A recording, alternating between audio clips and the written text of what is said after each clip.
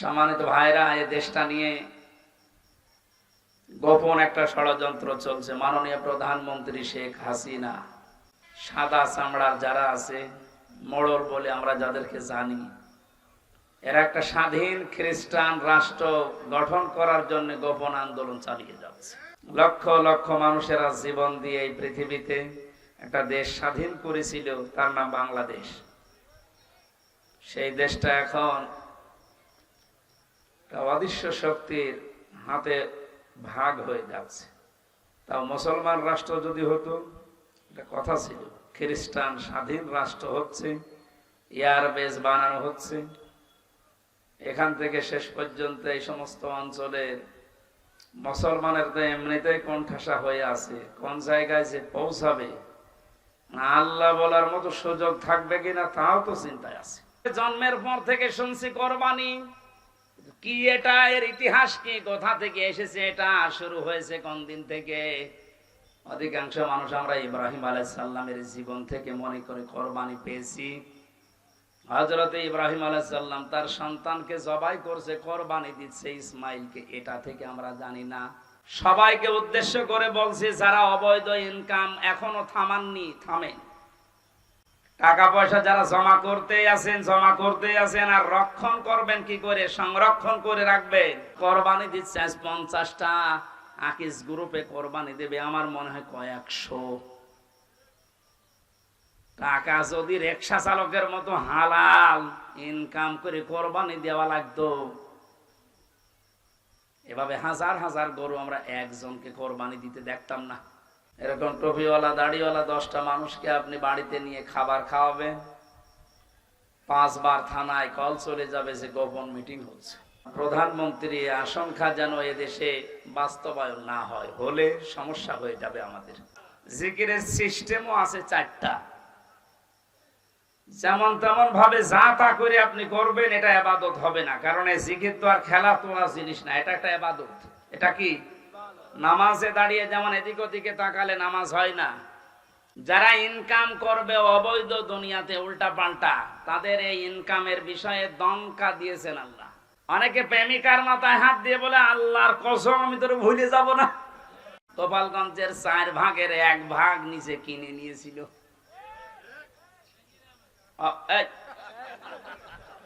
অথচ ওনার যা বেতন, উনি যদি মরণ পর্যন্ত বেতন পায়, তাও তো এই জমি কিনা সম্ভব না। একটা জেলার 4 ভাগের 1 ভাগ যদি একজনের হয়, তা আমরা কি ঘাস কাটছি? মেয়েদের শুকরিয়া আদায় করা দরকার পুরুষের এই যৌন চাহিদাকে। এটা আছে বলে আপনি আজ এত দামি। কথা বলেন। পুরুষের এই চাহিদাকে যারা মর্যাদা দাম দিতে চায় না, সেই পরিবারগুলোতে আমরা দেখতে পাই এরা পরকীয়া প্রেমে লিপ্ত হয়। আপনি মুরব্বী মানুষের শুধু বুঝবেন না, পরকীয়া প্রেমে এলাকায় নেই।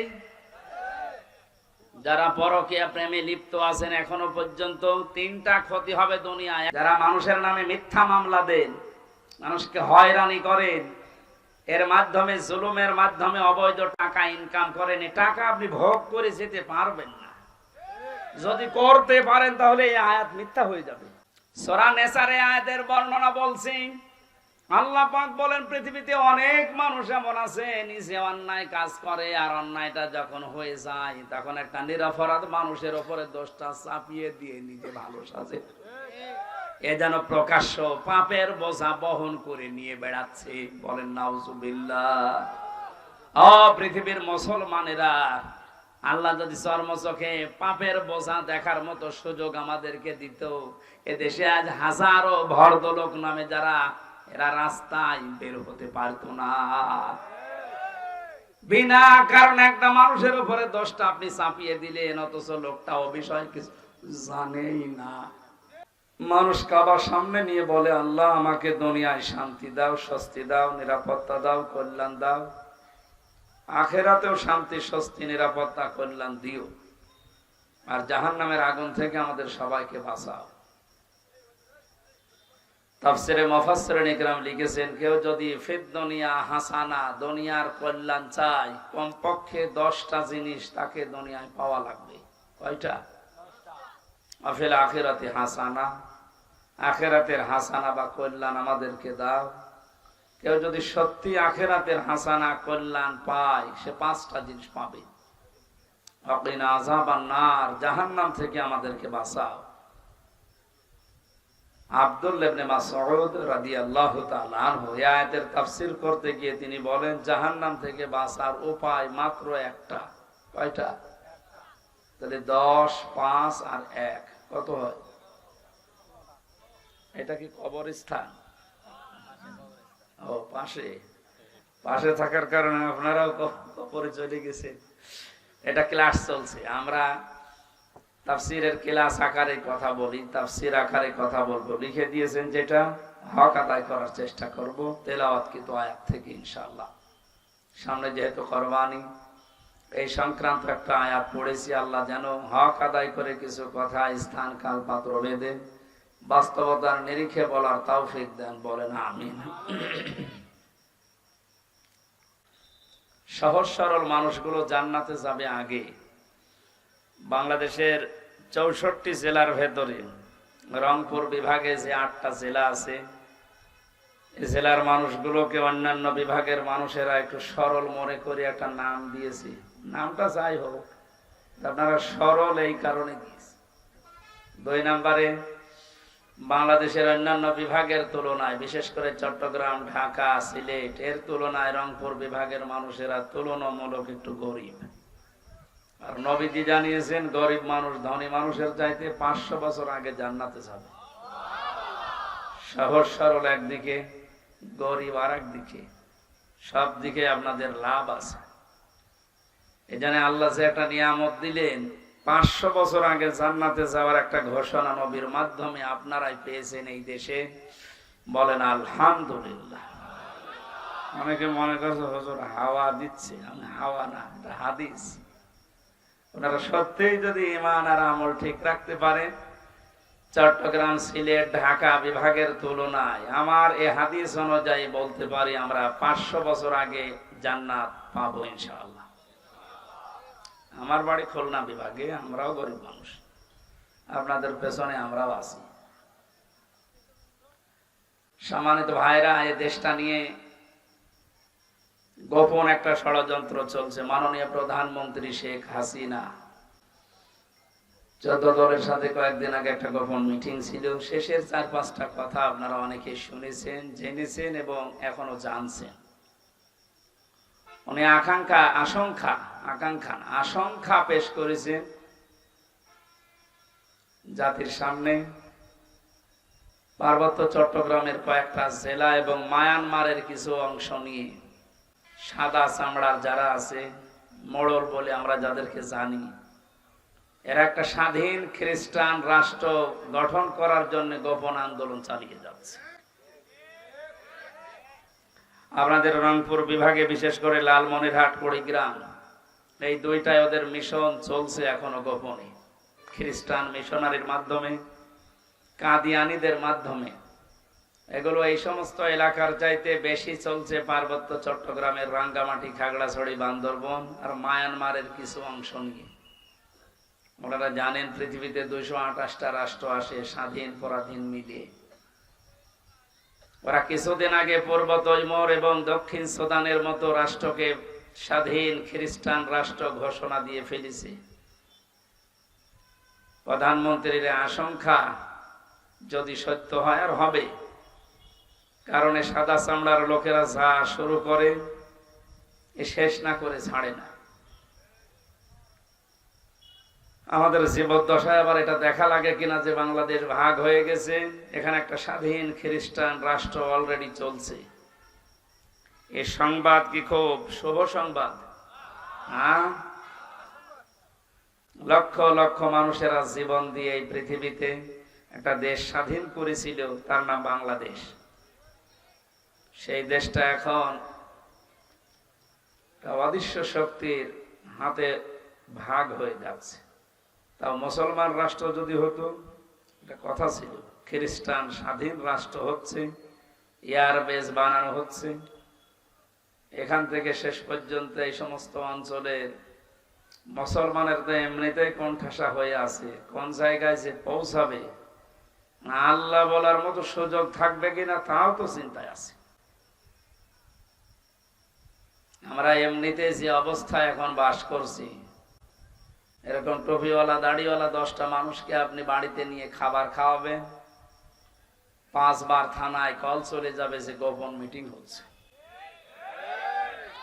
এই যদি হয় আমাদের এখনকার অবস্থা, আর ওইটা তৈরি হয়ে গেলে কোন জায়গায় যাবে আপনি বলেন। তাম দুনিয়ায় যে 5টা সমস্যা সবচাইতে বেশি এখন, তার ভেতরে সন্ত্রাস জঙ্গিবাদ নামে যেটা ধোয়া তুলে মুসলমানদেরকে কালার করার জন্য তাম দুনিয়ার ইহুদি খ্রিস্টান বৌদ্ধ সব জাতিরা এক হয়ে চেষ্টা চালিয়ে যাচ্ছে। আমি মুসাফির অবস্থায় আছি, মাজলুম অবস্থায় এখনো আছি। কারণ মাজলুম হওয়ার জন্য যে 3টা বিষয় লাগে তার 3টাই আমার ভেতরে আছে। মাজলুম অবস্থায়, মুসাফির অবস্থায়, অসুস্থ অবস্থায় দোয়া করছে দিনাজপুরের ময়দানে, আল্লাহ প্রধানমন্ত্রী আশঙ্কা যেন এদেশে বাস্তবায়ন না হয়, হলে সমস্যা হয়ে যাবে আমাদের। পূর্ব তৈমুরের মতো, দক্ষিণ সুদানের মতো যদি এদেশে এখন ওরা যে কায়দায় চালায়, 228টা রাষ্ট্রের মাত্র 56-57টা মুসলিম রাষ্ট্র, বাকি কতগুলো ইহুদি খ্রিস্টান বৌদ্ধ মাজুসি রাষ্ট্র আপনি হিসাব করেন। একটা গণভোটের মাধ্যমে শেষে দেখা যাচ্ছে ঘোষণা হয়ে গেছে যে এটা দক্ষিণ সুদানের মতো, পূর্ব তৈমুরের মতো স্বাধীন খ্রিস্টান রাষ্ট্র বাংলাদেশের ওই অঞ্চল নিয়ে শুরু হয়ে গেছে। আল্লাহ তুমি আমাদের বাঁচাও, আমাদের দেশের স্বাধীন সার্বভৌমত্ব, স্বাধীনতা এটা যেন অখণ্ড থাকে, বলেন আমিন। মাসটা আরবিতে জিলকদ, জিলহজ মাস শুরু হয়ে গেছে। এ মাস আসার পরে নবীজি কমপক্ষে কয়েকটা কাজ উম্মতদেরকে করার জন্য নির্দেশ দিয়েছেন। আমরা কয়েক মিনিটে নবীর ওই নির্দেশগুলো একটু শুনি, যদি পালন করতে পারি। 1 নম্বরে, মাস আসলে বিশ্ব নবী রোজা রাখতেন, যেদিন কোরবানির ঈদ শুরু হবে ওই দিনের আগ পর্যন্ত। সুতরাং আজকে আমার মনে হয় রোজা রাখা ভালো ছিল। যারা রাখেন না নফল রোজা, এটা খুব জোর দিয়ে বলছি না, রাখবেন যদি পারেন। রোজা রাখলে শরীর সুস্থ থাকে এবং অনেক দিক থেকে উপকার আছে। যারা গ্যাস্ট্রিক, আলসার এই সমস্ত রোগের দোহাই দিয়ে রোজা রাখতে চান না, বিশ্বনবী যে সিস্টেম গুলো চালু করেছিলেন, প্রত্যেক মাসে 3টা করে রোজা রাখতেন, প্রত্যেক সপ্তাহে 2টা করে রোজা রাখতেন, আশুরার যে রোজা রাখতেন, জিলহজ মাসের যে রোজা রাখতেন, রমজানের রোজা রাখতেন, এগুলো খেলা করার জন্য আমাদের উপরে দেয় না। নবীজির অন্যান্য রোগ আমরা দেখতে পেয়েছি, কিন্তু কোনোদিন পেটের পীড়া, গ্যাস্ট্রিক, আলসার এই রোগ নবীজির ছিল না। কারণ রোজা রাখলে ওই রোগগুলো আস্তে আস্তে ভালো হয়ে যায়। সুবহানাল্লাহি ওয়া বিহামদিহি। যাদের অভ্যাস আছে আপনারা রাখবেন, সুস্থ থাকতে পারবেন। 2 নম্বরে, মাস আসলেই নবীজি জিকির বাড়িয়ে দিতেন। কি বাড়াতেন? বলেন বলেন। জিকির মানে আমাদের ওই তাহেরি ভাইয়ের মতো জিকির না, এও জিকির করে। আল্লাহর নামে কিছুক্ষণ জিকির চালায়, এরপরে এমন এমন মানুষের নাম নিয়ে জিকির করে যেটা প্রকাশ্য শিরক। প্রকাশ্য কি? তার কথাগুলো কোরআনে কারিমের 2টা আয়াতের পুরা বিরুদ্ধে। সূরা আনআম 50 নম্বর আয়াত আর সূরা হুদ 34 নম্বর আয়াত, এই সমস্ত আয়াতের পুরা বিরুদ্ধে ওই মাওলানার কথা। মাওলানা বলে ভুল হবে।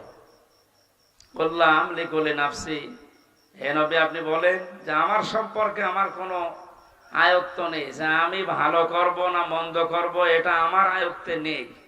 এবং এ কথা আমি বলি না যে আমি ফেরেশতা হয়ে গেছি, আল্লাহর ধনভাণ্ডার আমার কাছে আছে আর আমি গায়েবের খবর তোমাদের বলতে পারি, এ কথা আমি বলি না। কে বলছেন বলেন তো? আল্লাহ নবীজিকে দিয়ে কথাগুলো বলাচ্ছে যে আপনি বলেন যে আমি গায়েব জানি না, আল্লাহর ধনভাণ্ডার আমার কাছে নেই আর আমি ফেরেশতাও না, আমার কাজ কি, আমার কাছে ওহী আসে, আমি এইটা তোমাদের কাছে প্রচার করি, এইটাই আমার কাজ। অথচ আল্লাহর ধন রসুলকে দিয়ে আল্লাহ গেছে গায়েব হয়ে। এই সমস্ত উল্টা পাল্টা কথা যারা জিকিরের নাম দিয়ে আজ চালাচ্ছে জাতির ভেতরে, কোরআনের আয়াতের বিরুদ্ধে গেলে মানুষ কাফের হয়ে যায়, মুশরিক হয়ে যায়। কি হয়ে যায়? কোন কাফেরের মুশরিকের জানাজা পড়া জায়েজ আছে? এখন যারা জেনারেল শিক্ষিত মানুষগুলো, বিশেষ করে নবনির্বাচিত চেয়ারম্যান সহ যারা বসে আছে, এ কথা বললে ওনারা ধারণা করবে এক হুজুর আর এক হুজুরের বিরুদ্ধে বলছে। ও হুজুর ওরে বললে গুনাহ হবে, ওর তো আর ইমানই নেই, ও তো কাফের হয়ে গেছে। কোন কাফেরের মুশরিকের জানাজা পড়া জায়েজ আছে? কেউ যদি জেনে শুনে কোনো হারাম কাজ করে তারও ঈমান নষ্ট হয়ে যায়। আমি জেলখানায় 3টা বছর পার করে আসলাম, কয়েকদিন আগে এসেছি। মাওলানা মামুনুল হক আমার সাথে ছিল। যতদিন ওনার সাথে সকালে আর দুপুরে খাবার খেতাম, মাঝে মাঝে আমারে বলতো, হামজা যদি বাইরে যেতে পারি জীবনে কোনো কাফের মুশরিকের জানাজা পড়াবো না, যাবো না। বললাম এইটা নিয়ে আপনি এত কঠিন? এটা কোরআনের সরাসরি নির্দেশ। বিশ্বনবী নিজের চাচা মুশরিক ছিল, আবু তালেব। কি ছিল? বলেন বলেন। সে যখন মারা যাচ্ছিল তার কাছে যে বলেছিলেন, ইয়া আম্মি আবি তালিব লা ইলাহা ইল্লাল্লাহ হাজ্জুল লাকা ইনদাল্লাহি ইয়াউমাল কিয়ামা। বুখারী শরীফের হাদিস। হে চাচা, আপনার জলে বলা লাগবে না, আপনার কানের কাছে শুধু মুখ নিয়ে বলেন যে লা ইলাহা ইল্লাল্লাহ মুহাম্মাদুর রাসূলুল্লাহ বলার দরকার নেই, কারণ ওইটার সাক্ষী তো আমি হয়েছি। আপনি শুধু আল্লাহর একত্ববাদের এই স্বীকার আমার কানের কাছে মুখ নিয়ে করেন, আমি কিয়ামতের দিন আল্লাহর কাছে ঝগড়া করে আপনাকে জান্নাতে নিয়ে যাব। পাশে দাঁড়িয়েছিল আবু জেহেল আর আবু সুফিয়ান। ডাক দিয়ে বলে, নেতা পড়বা? সারা জীবন বাপ দাদার ধর্ম অনুসরণ করলে এখন ভাতিসারে নতুন ধর্ম গ্রহণ করে কলঙ্কিত হবা।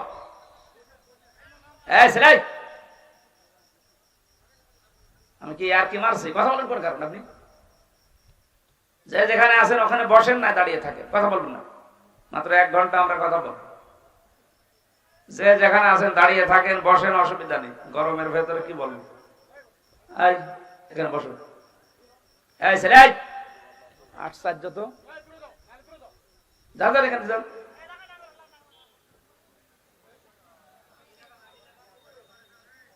এটা কি ডিজে গানের অনুষ্ঠান? আপনি লিখে দিয়েছেন কি? এটা পুরা এখন ইবাদত চলছে। এ মানুষগুলো এত বড় গুরুত্বপূর্ণ কাজ সব বাদ দিয়ে এত ব্যাপারে চাতক পাখির মতো আপনি সলিমতি। কি হয়েছে আপনার? একটা কথা বলে দেখেন, এবার আসল নাম বলে দেব, একেবারে নিশ্চয় হয়ে যাবে। বিশ্বনবীর দিকে তাকিয়ে বলেন, ভাতিজা আমি তোমাকে ভালোবাসি, কিন্তু তোমার এই কালেমাটা আমি পড়তে পারলাম না, তুমি আমারে মাফ করে দিও। দিনাজপুরবাসী মাফ করার একচ্ছত্র মালিকানা কার? নবীজির আছে। নবীজি কাউকে মাফ করতে পারে? নবীজির মন খারাপ হয়ে গেল,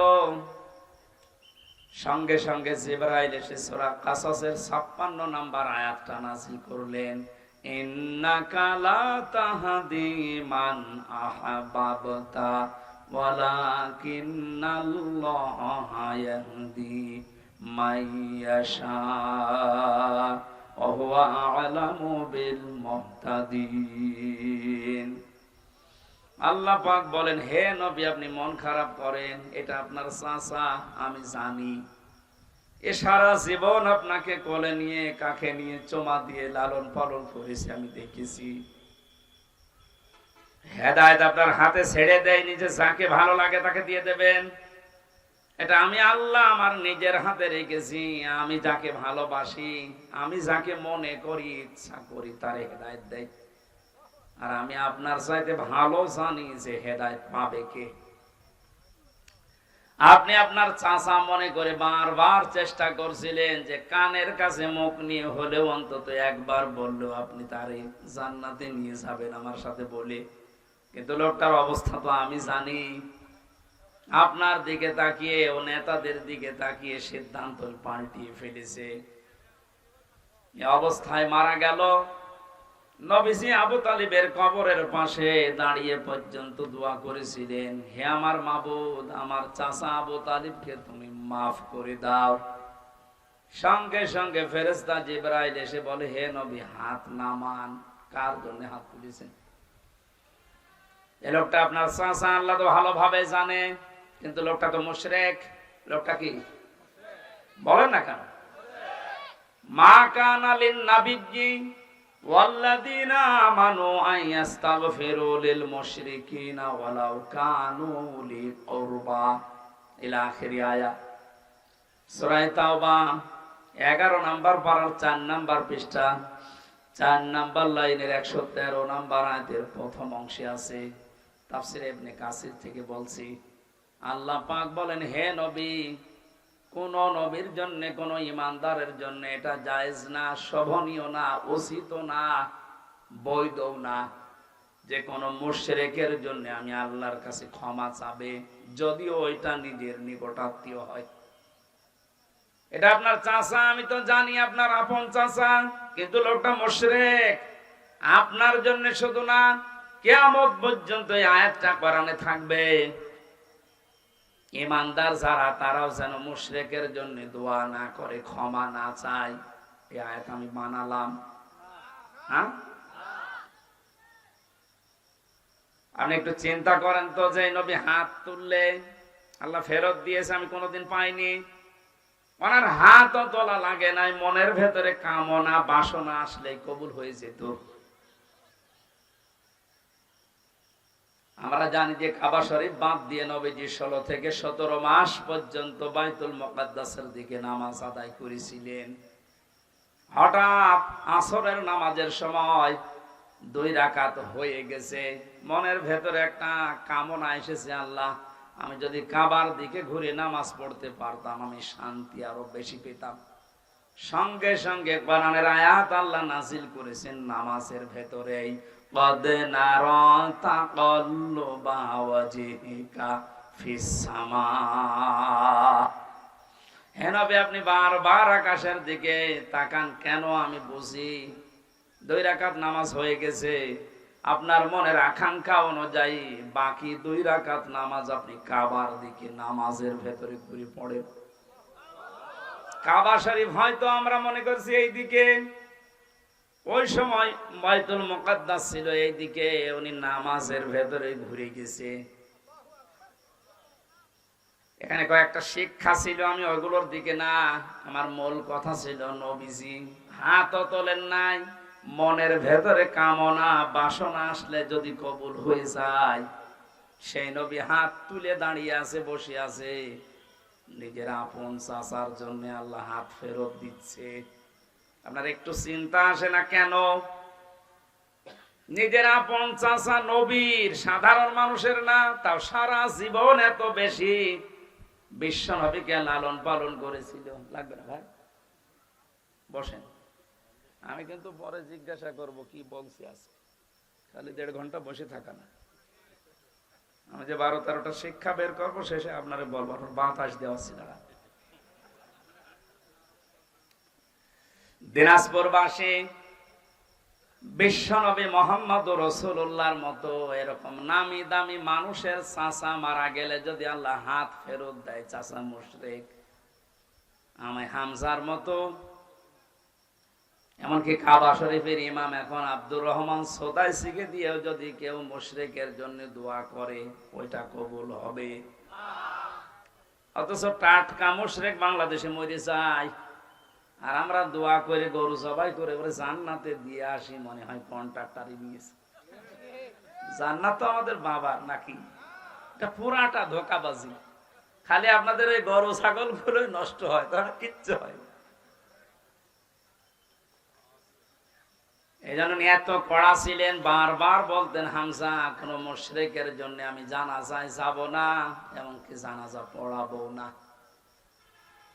আমাদের উচিত হচ্ছে আমাদের ঈমান যেন নষ্ট হয়ে না যায়, আর চাই নষ্ট হোক।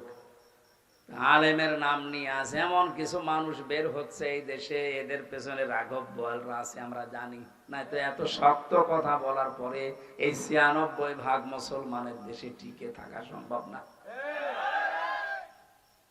যে কথাগুলো বলা হয় পুরাপুরি ঈমান শেষ হয়ে গেছে, অথচ এর বড় কিছু আবেগওয়ালা নারী পুরুষ তার পেছনে আছে না নেই?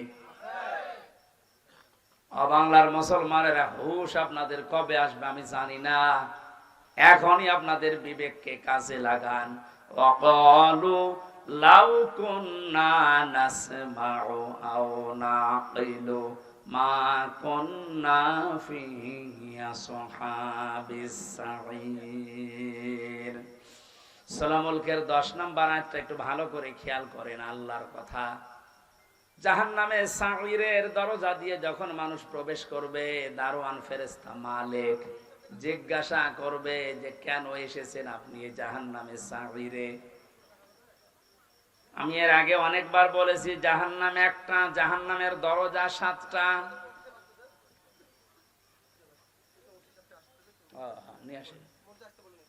আসেন যারা দায়িত্বে আছেন, এ থানার ওসি, সম্মানিত ওসি ফরিদুল স্যার কই আসতেছেন? আসেন আমাদের স্টেজে আসেন, চেয়ারে নিয়ে দেন।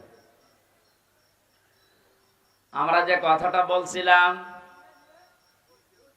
শিরিক যদি কোনো মানুষ করে, এ লোকটা যদি মুশরিক সত্যি সত্যি প্রমাণ হয়ে যায়, এর জানাজা পড়া, এর জন্য দোয়া করা হারাম। আর কেউ যদি জেনে শুনে কোনো হারাম কাজ করে, তার ঈমান নষ্ট হয়ে যায়। এ পর্যন্ত বুঝেছেন? সুতরাং যারা জাতিকে আর শিরিকের দিকে ধাবিত করছে জিকিরের নাম নিয়ে, জিকির হবে কার নামে বলেন তো? আল্লাহ বাদ দিয়ে কেউ যদি আলী বাবা, শাহ আলী বাবা, দয়াল বাবা, পাগলা বাবার নামে জিকির করে, ও শিরিক করছে না? আর শিরিক করলে তাকে বলা হয় মুশরিক। আর মুশরিকের জানাজা পড়া, দোয়া করা জায়েজ আছে? এখন তো ফতোয়া আপনারা দিতে পারবেন। এজন্য জিলহজ মাস শুরু হওয়ার পরে নবীজি যে 2 নাম্বার কাজ বেশি করতেন সেটা জিকির। কিন্তু এটা হওয়া লাগবে কার নামে? আরো জোরে। জিকিরের শব্দ আমরা কোরআন হাদিসে পেয়েছি মাত্র 4টা। সুবহানাল্লাহ, আলহামদুলিল্লাহ, লা ইলাহা ইল্লাল্লাহু, আল্লাহু আকবার।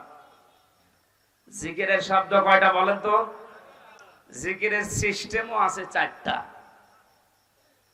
যেমন তেমন ভাবে যা তা করে আপনি করবেন, এটা ইবাদত হবে না। কারণ এই জিকির তো আর খেলা তোলা জিনিস না, এটা একটা ইবাদত। এটা কি? নামাজে দাঁড়িয়ে যেমন এদিক ওদিকে তাকালে নামাজ হয় না, কথা বললে নামাজ হয় না, হাসলে নামাজ হয় না, হয়? বলেন। নামাজের ভেতরে যদি মন এদিক ওদিকে চলে যায়, আমলে কাসির হয়, তাও নামাজ হয়। তাহলে ওটা যদি ইবাদত হয়, জিকিরও কি? জিকির যদি ইবাদত মনে করে কেউ করে থাকেন, শব্দ হচ্ছে জিকিরের। আবার বলেন তো কয়টা? বলেন। সিস্টেম 4টা। 1 নম্বরের শব্দ হচ্ছে আযকুর রাব্বাকা ফি নাফসিকা তাদাররুআ ওয়া খিফাতা ওয়া দুনাল জাহরি মিনাল কওলি ইলা আখির আয়াত। সূরা আরাফের 205 নম্বর আয়াতের প্রথম অংশে আছে, হে নবী আপনার রবকে আপনি যখন ডাকবেন মনে মনে ডাকবেন। কিভাবে? দিনাজপুরবাসী এটা রেকর্ড হচ্ছে, কালকে সারা দুনিয়ায় ছড়াবে। সবাইকে উদ্দেশ্য করে বলছি, জিকির যেহেতু ইবাদত, আরে জিলহজ মাস আসলে নবীজি এটা বাড়িয়ে দিতেন। সুতরাং পদ্ধতি নেওয়া লাগবে নবীর কাছ থেকে, কোনো বাবার কাছে না। 1 নম্বরে শব্দ কি? সুবহানাল্লাহ। 2 নম্বরে আলহামদুলিল্লাহ। 3 নম্বরে লা ইলাহা ইল্লাল্লাহ। 4 নম্বরে আল্লাহু আকবার। এর বাইরে কোনো জিকিরের শব্দ নেই। যদি থাকে ওগুলো দোয়া দরুদ। আমি কিছুক্ষণ আগে যেটা বললাম ওটা কোরআনের আয়াত, দোয়া হিসাবে আমরা পড়ি, রব্বানা আতিনা ফিদ দুনিয়া হাসানা, দুনিয়ায় আমাদের কল্যাণ দাও।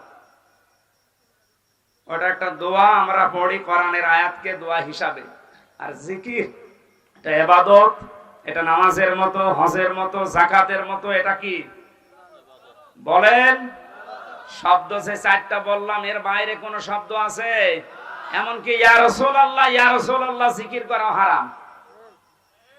জিকির রাসূলের নামে নেই, রাসূলের নামে আছে দরুদ শরীফ।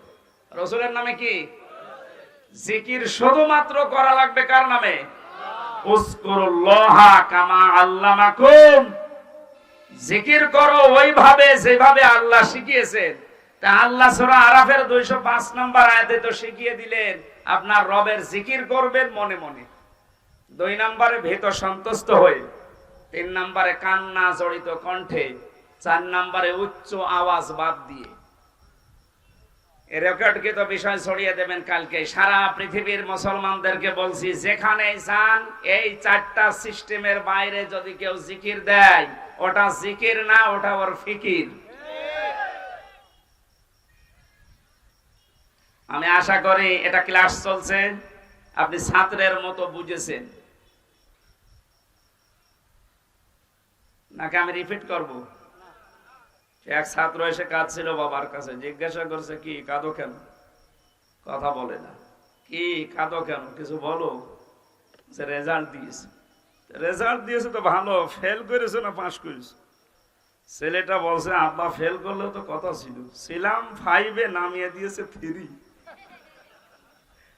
এরকম ছাত্র নাই তো আপনার? আবার আমি যা বলছি মনে থাকতেছে? সকালবেলা থেকে জীবনে কার্যকারী করা লাগবে। সুতরাং জিকিরের নামে উল্টাপাল্টা সবচাইতে বেশি এটা ভেজাল চলে বাংলাদেশ, ভারত আর পাকিস্তানে। পৃথিবীর বহু জায়গায় আমি আল্লাহর রহমতে গেছি, পাইনি। জিকির একটা ইবাদত, ওরা ইবাদতের মতো করে।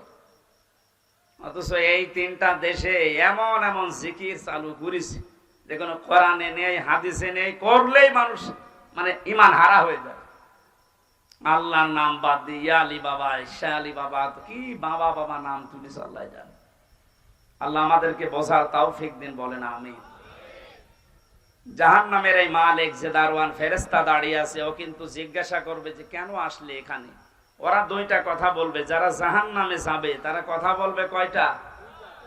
তারা বলবে, আমরা 1 নম্বরে শোনার পরে না শোনার ভান করে থাকতাম। এই চরিত্রের মানুষ দেশে নেই? আছে মানে আমরাই তো। এ দেশে কোরআন হাদিসের কথা কম বলা হয়? তো অধিকাংশ মানুষ শোনার পরে না শোনার ভান করে থাকে। অমানা যুলামু মিম্মান ইফতারা আলাল্লাহিল কাযিবা ওয়া হুয়া ইদআ ইলাল ইসলাম। সূরা সাফের 7 নম্বর আয়াতের প্রথম অংশে আল্লাহ জানিয়েছেন, এ পৃথিবীতে আমি আল্লাহর ভাষায় সবচাইতে বড় জালেম হচ্ছে ওই লোকটা যাকে ইসলামের দিকে ডাকা হয়, আহ্বান করা হয়, অথচ এই লোকটা ঘাড় ঘুরিয়ে অন্য দিকে চলে যায়।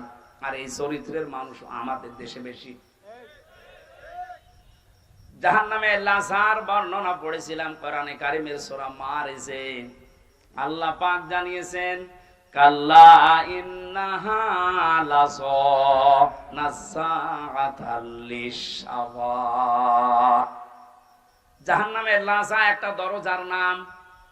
এখানে ওসি সাহেব আছে, চেয়ারম্যান আছে, জেনারেল শিক্ষিত মানুষ। ওনারা যদি জিজ্ঞাসা করেন জাহান্নাম কয়টা, আমার মনে হয় 1 বাক্যে বলবে 7টা। জিজ্ঞাসা করে দেখেন। অথচ কোরআনে কারিমে, হাদিসে, আমি তো কোরআনের উপরে অনার্স মাস্টার্স করেছি, আমি দেখেছি কোরআনে কোন জায়গায় জাহান্নাম 7টা এ কথা নেই। লাহা সাবাআতু আবওয়াব। আল্লাহ বলেন জাহান্নামের দরজা 7টা। কয়টা? লিকুল্লি বাবিম মিনহুম জুজউম মাকসুম। পৃথিবীতে যে যেই ধরনের অপরাধ করবে, গুনাহ করবে, আল্লাহ তাকে ওই দরজা দিয়ে প্রবেশ করিয়ে শাস্তি দেবে। এখানে যে বর্ণনা চলছে, কোন দরজা? লাযা। বলেন বলেন। আগেরটা গেল সাগীর। 2টা কারণে আল্লাহ সাগীর নামে ওই দরজা দিয়ে প্রবেশ করিয়ে শাস্তি দেবে। 1 নম্বরে যারা শোনার পরে না শোনার ভান করে থাকতো। 2 নম্বরে যারা তাদের আকল, তাদের কমন সেন্স, যাদের বিবেক কাজে লাগাতো না দুনিয়ায়, এই 2টা গুণ যাদের, তাদের সাগীরে আল্লাহ দেবে। আর লাযায় দেওয়ার জন্য 2টা গুণ আমরা পেয়েছি। 1 নম্বরে তাদউ মান আদবারা ওয়া তাওয়াল্লা। জাহান্নামে লাযা এই দরজা তাদেরকে ডাকবে যারা সত্যকে সত্য জানার পরও ঘাড় ঘুরিয়ে চলে যেত। আর এটাও বাংলাদেশে বেশি। আমাদের জাতির পিতা হযরত ইব্রাহিম নবী আলাইহিস সালাম, তিনি আমার আল্লাহকে খোঁজ করার জন্য নিজের তরফ থেকে চেষ্টা করে করে খুঁজে নিয়েছিলেন। কখনো রাতের বেলা আকাশের তারকা, চাঁদ, দিনের বেলায় সূর্য, গাছ, এ সমস্ত জিনিসগুলো দেখে দেখে যেই অস্ত্রমিত হয়ে যেত, বলতো না যা ডুবে যায় সেগুলো আমার মালিক হতে পারে না। তিনি শেষে ঘোষণাই দিয়েছিলেন, হে আমার জাতির লোকেরা শুনে রাখো, ইন্নী ওয়াজ্জাহাতু ওয়াজহিয়া লিল্লাযী ফাতারাস সামাওয়াতি ওয়াল আরদা হানিফা।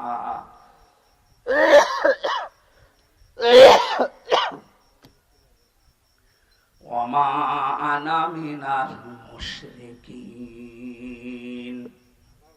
এটা জায়নামাজের দোয়া বলে অনেকে চালায়, না এটা জায়নামাজের দোয়া না।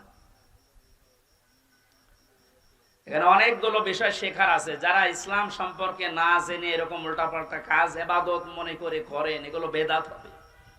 এটা কি জায়নামাজে দাঁড়ানোর দোয়া? এটা কোরআনে কারিমের সূরা আনআম ৭৯ নম্বর একটা আয়াত। এই আয়াতটার ভেতরে তিনটা বিষয় আল্লাহ মানুষকে জানাতে চেয়েছেন। মানুষ যখন মেন্টালিটি ঠিক করবে, নামাজে দাঁড়ানোর প্রস্তুতি নেবে, তখন যেন আল্লাহু আকবার বলার পরে এই দোয়াটা আগে পড়ে, এরপরে নামাজ শুরু করবে। আল্লাহকে বলা লাগে যে ইন্নী ওয়াজ্জাহাতু, আমার চেহারা আমি ঘুরিয়ে দিলাম। চেহারা মানে শুধু এটা না। এই যে আমরা জানি যে মুসলমান, তামাম দুনিয়ার সব মুসলমান একটা শরীরের মতো। একটা শরীরের মতো কোন জায়গায় যদি আঘাত লাগে, শরীরের মাথা যেমন টের পায়, তামাম দুনিয়ার মুসলমানের কোন জায়গায় যদি আঘাত লাগে, বাংলাদেশ থেকে অন্তত আপনি এটা টের পাবেন। আমি কয়েকদিন আগে একটা ঘটনা শুনছিলাম। চিত্রনায়ক ছিল মিঠুন, নাম শোনেননি? এই লোকটা পরবর্তীতে সিনেমা জগৎ ছেড়ে দিয়ে, চলচ্চিত্র বাদ দিয়ে চলে আসে ইসলামের লাইনে। ওনার ব্যক্তিগত একটা কাহিনী শুনলাম। একজন মারা গেছে, ওনার কাছে খবর দেওয়ার পরে বলছে একটা লোক বিপদে পড়েছে, পড়ে যাও, মারা গেছে। উনি ইন্না লিল্লাহ পড়লেন না, একটু আফসোস করবেন, করেন। কি হয়েছে ভাই আপনার? একজন মারা গেল, বিপদে পড়লো, আপনি ইন্না লিল্লাহ পড়ে বা অন্য কোনো কিছু বলেন? বলছে না, আমার মনের ভেতরে তো ওই রকম কিছু আসতেছে না। কারণ আল মুসলিমু আখুল মুসলিম, মুসলমান মুসলমানের ভাই। নবীজির হাদিস ছিল তামাম পৃথিবীর সব মুসলমান একটা শরীরের মতো। শরীরের কোন জায়গায় আঘাত লাগলে যেমন তামাম শরীরে খবর হয়ে যায়, আপনি আমাকে খবর দিলেন যে একজন মুসলমান বিপদে পড়েছে, মরে গেছে। তা আমার শরীরের ভেতরে তো সেরকম কোনো অনুভূতি আমি পাচ্ছি না। তা আমার মনে হয় তার কিছু হয়নি। পরবর্তীতে খোঁজ নিয়ে দেখা গেল, হ্যাঁ সত্যিই ও বিপদে থেকে বেঁচে গেছে। আমি এটা দ্বারা বোঝাতে চাচ্ছিলাম, একজন মুসলমানের ভেতরে কিরকম অনুভূতি আসলে সে বুঝতে পারে যে আমার মুসলমান ভাই বিপদে পড়েনি। তাম দুনিয়ার মুসলমানেরা যদি আজ নবীজির হাদিস অনুযায়ী একটা শরীরের মতো আমরা হতে পারতাম, আমার মনে হয় ফিলিস্তিনে যে অবস্থা চলছে আরো অনেক আগে স্বাধীন হয়ে যেত। আমরা ওই হাদিসটাকে ওই ধাঁচে নিয়ে যেতে পারিনি। তাহলে আমার চেহারা বলতে শুধুমাত্র এই মুখমণ্ডল না, আমার ব্যক্তি, পরিবার, সমাজ, রাষ্ট্র প্রত্যেকটা একটা চেহারা। প্রত্যেকটা কি? এই চেহারা গুলো আমি সব আজ ঘুরিয়ে দিলাম আল্লাহ তোমার দিকে। তুমি আসমান আর জমিন বানিয়েছো আমি খেলা করার জন্য, লোক দেখানোর জন্য না। হানিফা, একনিষ্ঠ ভাবে আমি ঘুরিয়েছি। এখন আমি আর কারো দিকে নেই। আমি চীনের দিকে নেই, আমেরিকার দিকে নেই, রাশিয়ার দিকে নেই, ভারতের দিকে নেই, আমি আছি তোমার দিকে। এই কথা বলে মানুষ একটা নামাজে দাঁড়ায় আল্লাহু আকবার বলার পরে এই কথা বলতেছে, ও কোন জায়গায় আছে আপনি টের পাচ্ছেন? আল্লাহর সামনে সরাসরি দাঁড়িয়ে, ওমান আমিনাল মুশরিকিন, আর বলছে আল্লাহ আমি কিন্তু মুশরিক না। জাতির পিতা হযরত ইব্রাহিম আল্লাহকে খোঁজ করে করে তিনি পেয়েছিলেন। আর আমাদেরকে ইসলামের নিয়ম নীতিগুলো চোখে আঙ্গুল দিয়ে দেখিয়ে দিলেও আমরা অনেকে মানতে চাই না। আমি এটা বোঝাতে চাচ্ছিলাম, জাহান্নামে লাজার এই দরজা তো তাদের ডাকবে যে মানুষগুলোকে সত্য জানার পরও যারা অহংকার করে ঘাড় ঘুরিয়ে দুনিয়া থেকে মুখ ফিরিয়ে চলে। আর এটা দিন দিন এদেশে বেড়ে যাচ্ছে। যারা মাল সম্পদ জমা করে আর এগুলো সংরক্ষণ করা যায় কি করে সেই চেষ্টায় থাকে সব সময়। এই আয়াতের তাফসীর অনুযায়ী দুইটা কথা খুব গোপনে বলছি, মাইক বাদ দিয়ে বলবো নাকি? কোরআনে কারিমে আল্লাহ রাব্বুল আলামিন জানিয়েছেন, ওমান আ'রাদা আন যিকরি ফাইন্না লাহু মাঈশাতান দনকা ওয়া নাহশুরুহু ইয়াওমাল কিয়ামাতি। সূরা তাহার 124 নম্বর আয়াতে আল্লাহ পাক জানিয়েছেন, আল্লাহর বিধান আল্লাহর আইন বাদ দিয়ে পৃথিবীতে কেউ যদি উপায় করে, টাকা পয়সা কামাই করে, ইনকাম করে, দুইটা ক্ষতি হবে তার। এক নম্বরে আল্লাহ তার দুনিয়ার জীবনটা দঙ্কা সংকীর্ণ করে দেবে। দঙ্কা শব্দের যতগুলো ব্যাখ্যা আমি পেয়েছি বিভিন্ন তাফসিরে, বিশেষ করে ফি জিলাল কোরআন, সাইয়্যিদ কুতুব রহমাতুল্লাহ আলাইহি উনি দঙ্কার ব্যাখ্যায় 7টা বিষয় তুলে এনেছেন। আপনারা শুনতেছেন নাকি আমি মাছের কাহিনী শুরু করব? না, আমার মাছের কাহিনী মুখস্থ আছে, আমি বলি আপনারা তা ধরে বসে থাকেন। এটা ক্লাস চলছে, বললাম না 1 ঘন্টার কোরআনের একটা ক্লাস চলছে, ক্লাসের মতো আরো অ্যাক্টিভ হয়ে থাকে। সব বাদ দেন, যারা ইনকাম করবে অবৈধ দুনিয়াতে উল্টা পাল্টা, তাদের এই ইনকামের বিষয়ে দঙ্কা দিয়েছেন আল্লাহ। কি দিয়েছেন? এটা মনে হয় ফেরেশতাদের জন্য। কাদের জন্য? যেহেতু ইনকাম উপায় আমরা করি, আর কোরআন আল্লাহ আমাদের উপরে নাযিল করেছে, আর এই কোরআনে এই আয়াত আছে সূরা তাহা 19 নম্বর পৃষ্ঠা 124 নম্বর আয়াত। কিছুই লাগবে না ভাই।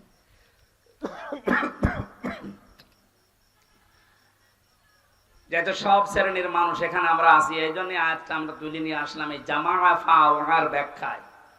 যারা অবৈধ ইনকাম করছেন, আপনি মনে করছেন আমরা এই মাত্র 5000 মানুষ শুনছি, না, এটা এখন তাম দুনিয়ায় ছড়াচ্ছে। সবাইকে উদ্দেশ্য করে বলছি, যারা অবৈধ ইনকাম এখনো থামাননি, থামেন। টাকা পয়সা যারা জমা করতেই আছেন, আর রক্ষণ করবেন কি করে, সংরক্ষণ করে রাখবেন এই চিন্তায় আছেন, না আপনি পারবেন না। তাহলে আল্লাহ দঙ্কা এই শব্দটা মিথ্যা হয়ে যাবে। আল্লাহ তার কোরআনকে দুনিয়ায় মিথ্যা প্রমাণ করবে? বলেন। সুতরাং এর ভেতরে যা আছে কার্যকর 100 ভাগ হবে, আর এটা যে হচ্ছে আপনাকে আমি দেখাচ্ছি। দাঁড়া, দঙ্কার কয়টা ব্যাখ্যা বললাম? বলেন বলেন। 1 নম্বরে দুনিয়ার চর্ম চোখে আপনি দেখতে পাবেন আয় উন্নতি ভালোই হচ্ছে, বিভিন্ন লাইন দিয়ে অর্থ সম্পদ, টাকা পয়সা, বাড়ি গাড়ি, ব্যাংক ব্যালেন্স হয়ে যাচ্ছে। টাকা আসবে হয়তো আপনার 10 লাইন দিয়ে। আল্লাহ বলেন, আমার আইন, আমার বিধান, আমার জিকির বাদ দিয়ে যদি ওগুলো উপায় হয়, তোমার ওই টাকা ব্যয় হবে 15 লাইন দিয়ে। ওগুলো আসবে হয়তো 10 লাইন দিয়ে, বাজারের টাকা, ব্রিজের টাকা, কালভার্টের টাকা, কত জায়গায় আপনি সব সেট করে রেখেছেন, শুধু নিজে কিছু করেন না, ফেরেশতা সেট করা আছে। মাসে মাসে ওখান থেকে আপনার অ্যাকাউন্টে টাকা আসবে 10 লাইন দিয়ে, যাবে 15 লাইন দিয়ে। 2 নম্বরের ব্যাখ্যা, যারা অবৈধ ইনকাম করে তাদের এই অবৈধ জিনিস আল্লাহ দুনিয়াতে তাদের ভোগ করতে দেয় না। এটা যে দেয় না তার প্রমাণ বাংলাদেশে নেই, নাম ধরা লাগবে। সাবেক এই লোকটা গোপালগঞ্জের 4 ভাগের 1 ভাগ নিচে কিনে নিয়েছিল।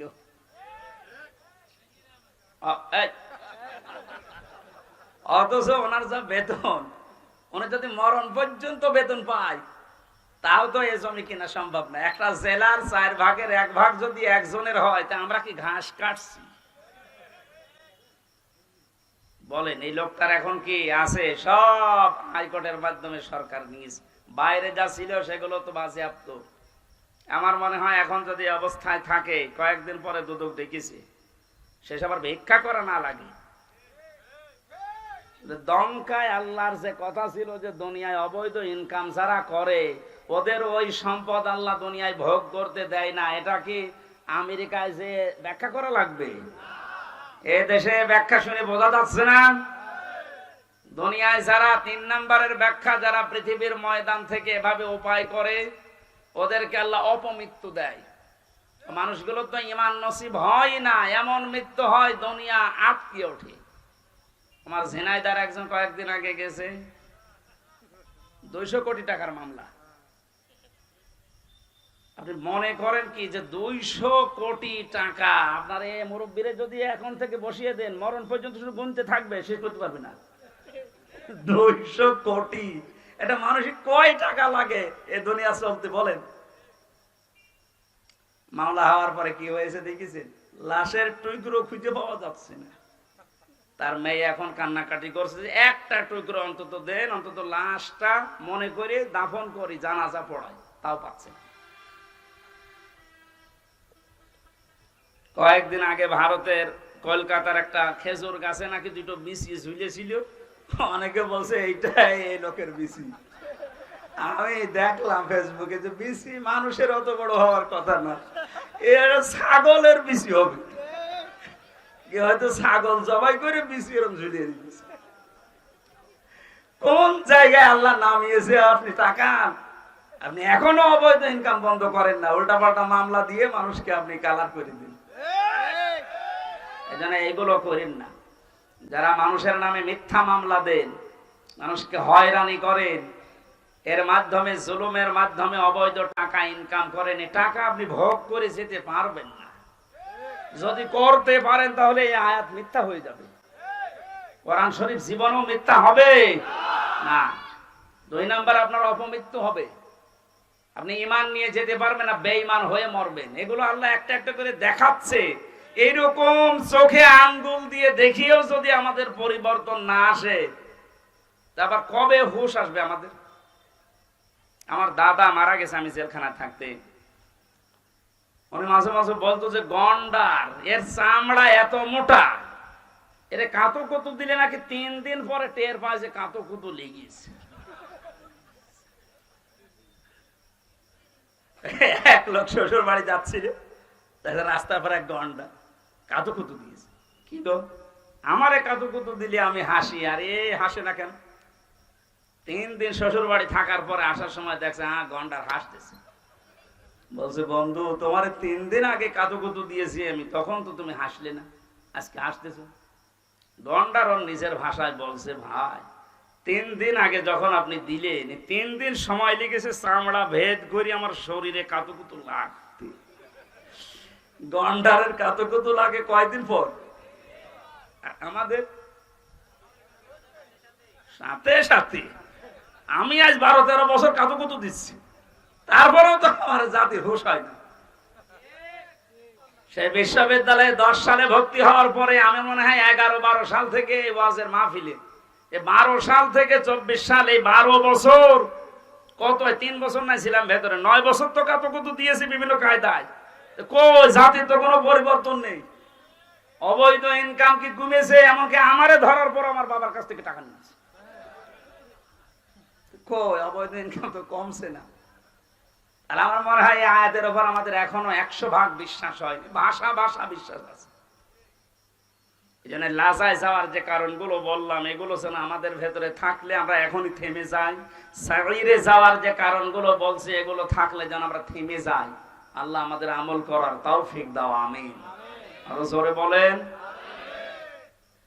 আমার ভাইরা, জিলহজ মাস যেহেতু শুরু হয়ে গেছে, নবীজি যেভাবে জিকির করতেন, আজ যারা জাতিকে জিকিরের নাম নিয়ে মুশরিক বানাচ্ছেন, শিরকের দিকে ধাবিত করছেন, তারাও থামেন।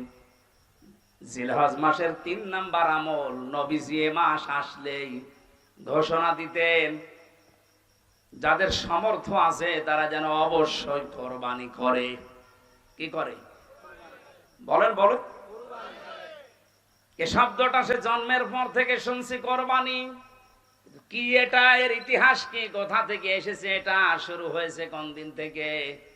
অধিকাংশ মানুষ আমরা ইব্রাহিম আলাইহিস সালামের জীবন থেকে মনে করে কোরবানি পেয়েছি। হযরত ইব্রাহিম আলাইহিস সালাম তার সন্তানকে জবাই করছে, কোরবানি দিচ্ছে ইসমাইলকে, এটা থেকে আমরা জানি না। কোরবানি শুরু হয়েছে এসে দুনিয়া শুরুর পর থেকে। ওইটাই আল্লাহ তেলাওয়াত করে করে আমাদেরকে শুনিয়েছেন নবীর মাধ্যমে। আল্লাহ পাক বলেন সূরা মায়েদা 27 নম্বর আয়াতটা আমরা পড়েছি। এখান থেকে আমরা কয়েকটা, কমপক্ষে 12টা শিক্ষা বের করব আজকে। আপনারা থাকবেন তো কিছু সময়? ঠিক আছে। যেটা একটা নতুন বিষয়, বোঝার জন্য একটু মন মানসিকতা এদিকে দিয়ে রাখবেন। জন্মের পর থেকে যারা কোরবানি শোনেন, শুধু ইব্রাহিম ইসমাইল নবী না, জন্মের পরে না, এই পৃথিবী তৈরি হওয়ার পর থেকে কোরবানির সিস্টেম চলে আসতেছে। হয়তো এক এক নবীর সময় এক এক রকম সিস্টেম ছিল। হযরত আদম আলাইহিস সালামের 2 সন্তানের ব্যাপারে আল্লাহ বলেন, হে নবী, আপনি আপনার উম্মতদের সামনে এই আয়াত তেলাওয়াত করে শোনান। দিনাজপুরবাসী, আল্লাহর নবী মুহাম্মদুর রাসূলুল্লাহ যদি এখন বেঁচে থাকতেন, এই দিনাজপুরের 5 বাড়িয়ে রাস্তার পাশ দিয়ে যদি এখন হেঁটে যেতেন, এই ময়দানে যদি এতগুলো উম্মত দেখতেন, এখানে বসে বসে উনি এই আয়াত তেলাওয়াত করে শোনাতেন। কারণ সামনে এখন এই বিষয়গুলো আমাদের আছে। কোরবানি কোরআনে কারীম থেকে এবার বলছি, জবান খুলে বলেন, শয়তান যেন আশপাশে থাকলেও দূরে চলে যায়। আউযু বিল্লাহি মিনাশ শাইতানির রাজিম। বিসমিল্লাহির রহমানির রহিম।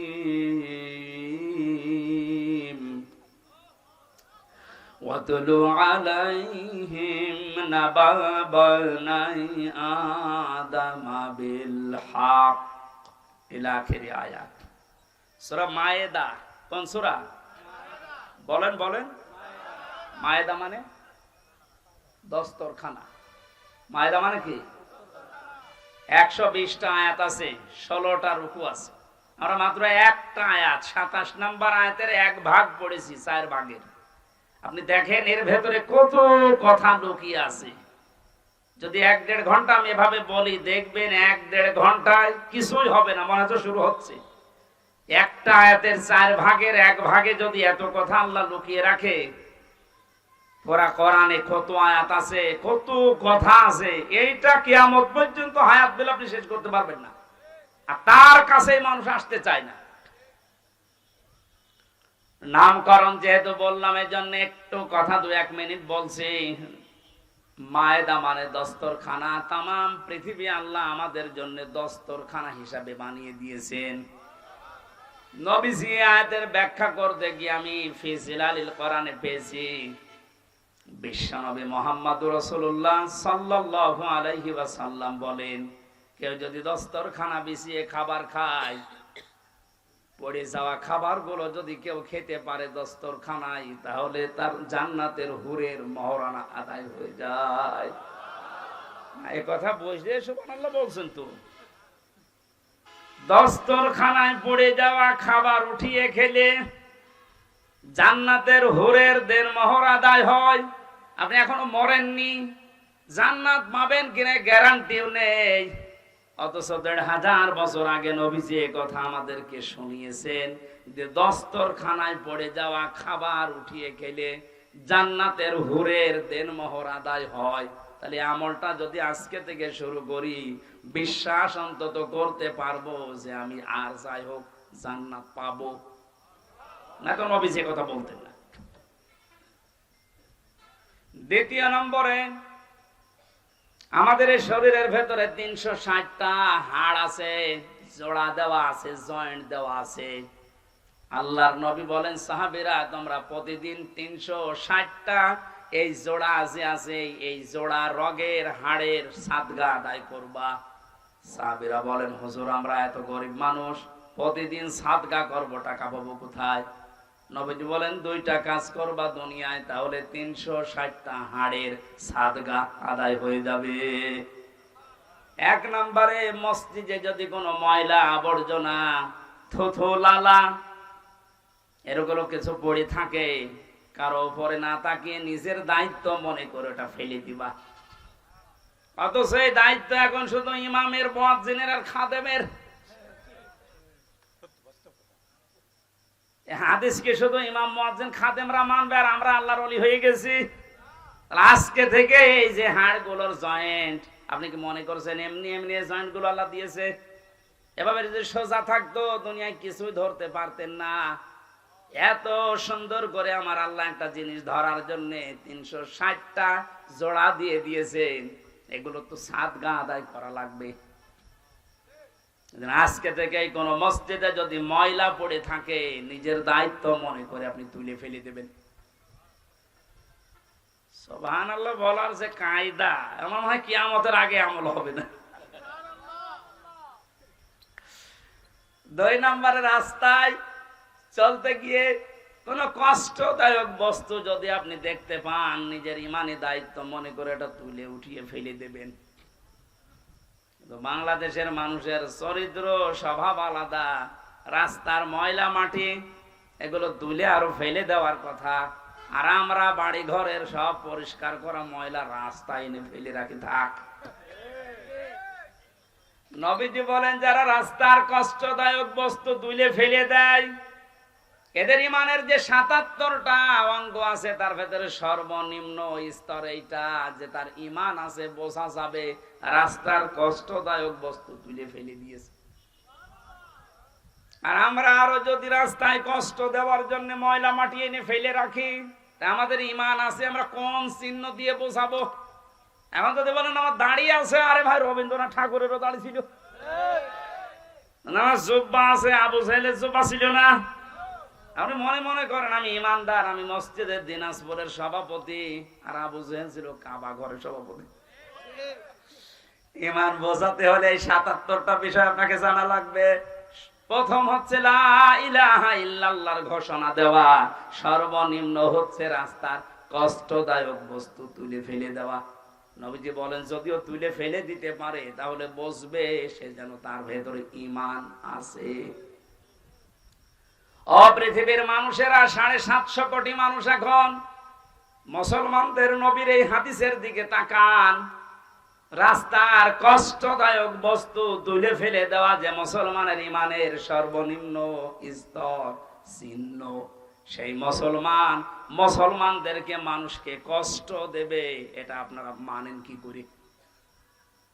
কিছু হলে আমাদের উপরে দোষ চাপিয়ে দেন। আমাদের ইমানের তো সর্বনিম্ন স্তর এটা, যে রাস্তায় কোনো কষ্টদায়ক জিনিস থাকতে পারবে না। আর আমাদেরকে দুনিয়ায় কষ্টদায়ক যত দুনিয়ায় সব কিছুর মূলে আপনারা আমাদেরকে রেখেছেন, কিছু হলেই আমাদের দোষ। সুতরাং বুঝতে হবে যারা মানুষকে কষ্ট দেওয়ার জন্য কাজ করে এরা নবীর উম্মত, মুসলমান না, এরা অন্য কিছু।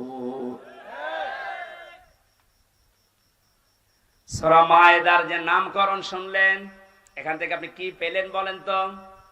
আজকে থেকে আমলটা শুরু করা দরকার। দুনিয়া আল্লাহ মায়েদা দস্তরখানা হিসাবে আমাদের সামনে উপস্থাপন করে দিয়েছেন।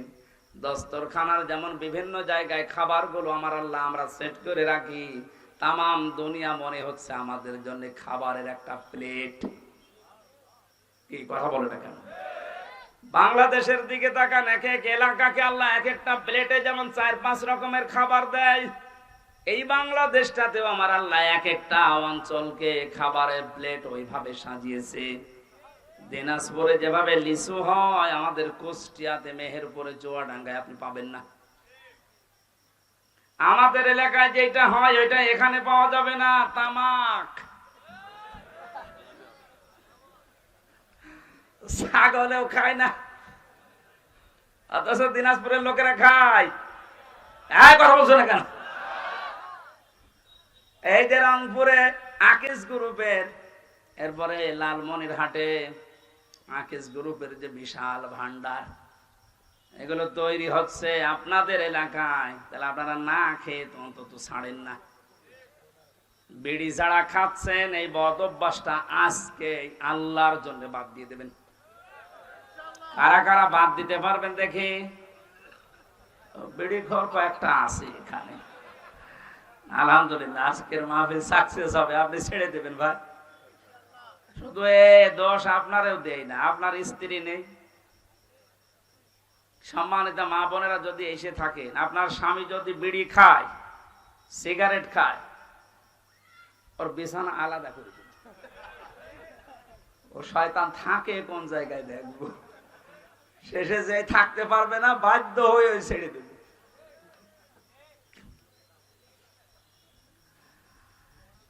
এবার আল্লাহ পাক আমাদেরকে যেটা শুনিয়েছেন কান খাড়া করে শোনেন। ওয়াতলু আলাইহিম নাবা আবনাই আদম বিল হক।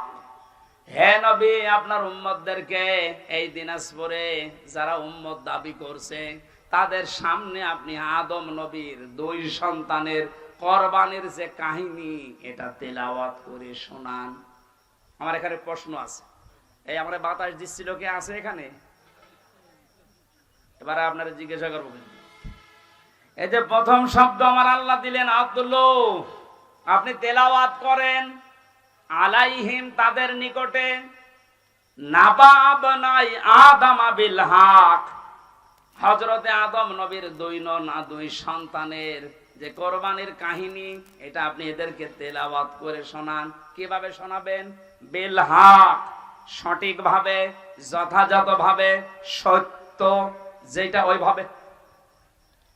এখন আমাদের প্রশ্ন আসে, আমরা 1500 বছর আগে না, এই পৃথিবী তৈরি হওয়ার পরে এই ঘটনা, হাজার হাজার বছর পরে এই ঘটনা শুনে আমরা করব কি?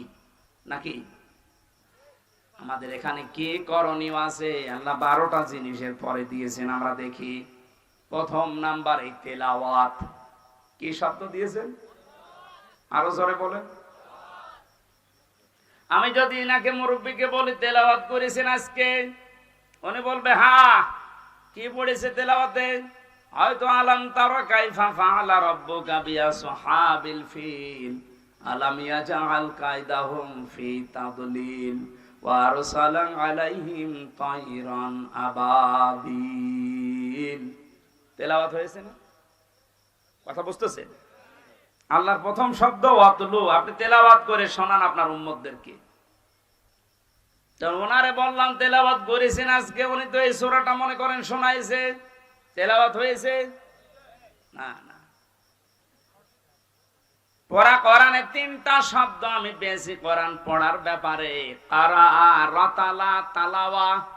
অভিধান বেত্তা যারা আছে তার 4টা হক আদায় করা লাগবে।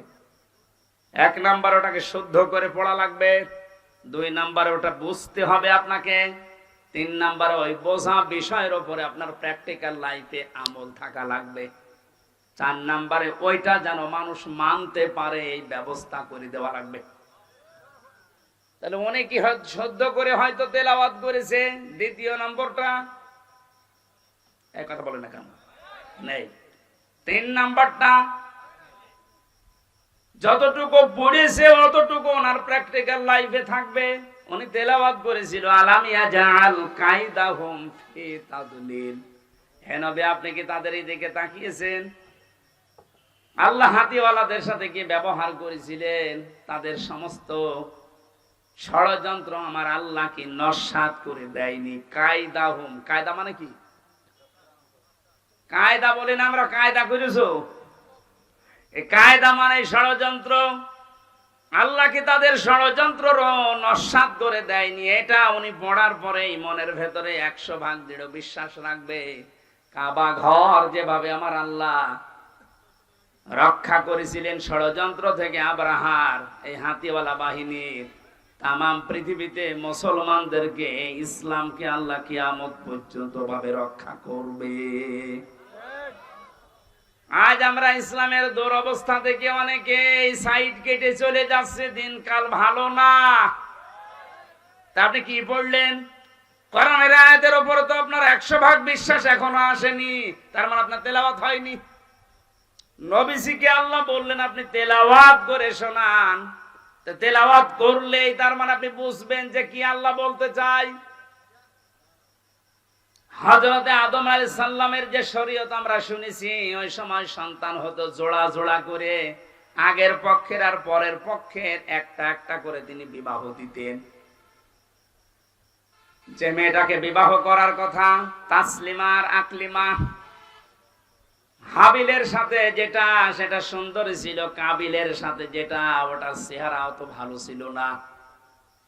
সেই পৃথিবীর শুরু থেকে মেয়েদের চেহারার উপরে মানুষের একটা চাহিদা আল্লাহ তৈরি করে দিয়েছে। এটা আমি বানালাম নাকি? সূরা আলে ইমরানের 14 নম্বর আয়াতে আল্লাহ দলিল দিয়েছেন, যুজ্জিনা লিন-নাসি হুব্বুশ শাহাওয়াতি মিনান নিসা।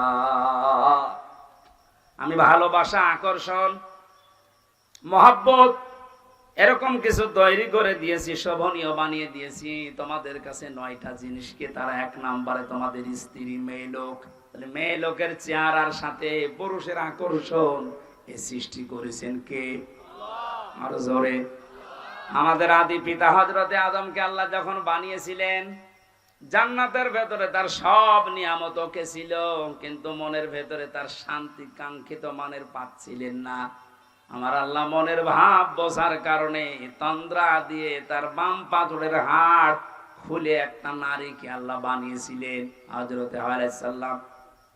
এটা ইবনে কাসিরে আছে। এই পৃথিবীতে 4 জন মহিলাকে আল্লাহ সবচাইতে বেশি সুন্দরী বানিয়েছেন। তার ভেতরে 1 নম্বরে আমাদের আদি মাতা হযরতে হাওয়া আলাইহিস সালাম। এত সুন্দর করে আল্লাহ দুনিয়াতে আর কাউকে বানাননি। 2 নম্বরে হযরতে বিলকিস, এত সুন্দর ছিল। 3 নম্বরে ইব্রাহিম আলাইহিস সালামের প্রথম স্ত্রী হযরতে সারা। 4 নম্বরে ইউসুফ নবীর স্ত্রী হযরতে জুলাইখা। যদিও অনেকেই কেউ কেউ হযরতে ফাতেমাতুজ জোহরার কথা জানিয়েছেন, কিন্তু আগের 4টাই প্রসিদ্ধ। হাওয়া আলাইহিস সালাম, বিলকিস, সারা, জুলাইখা। এত সুন্দর করে আমার আল্লাহ তাদেরকে বানিয়েছেন, কিয়ামত পর্যন্ত অত সুন্দরী মানুষ আর আসবে না। পরিমণিত কি কিছুই না, কারণ ওরে তো সরাসরি আমি জেলখানার পাশে দেখেছি।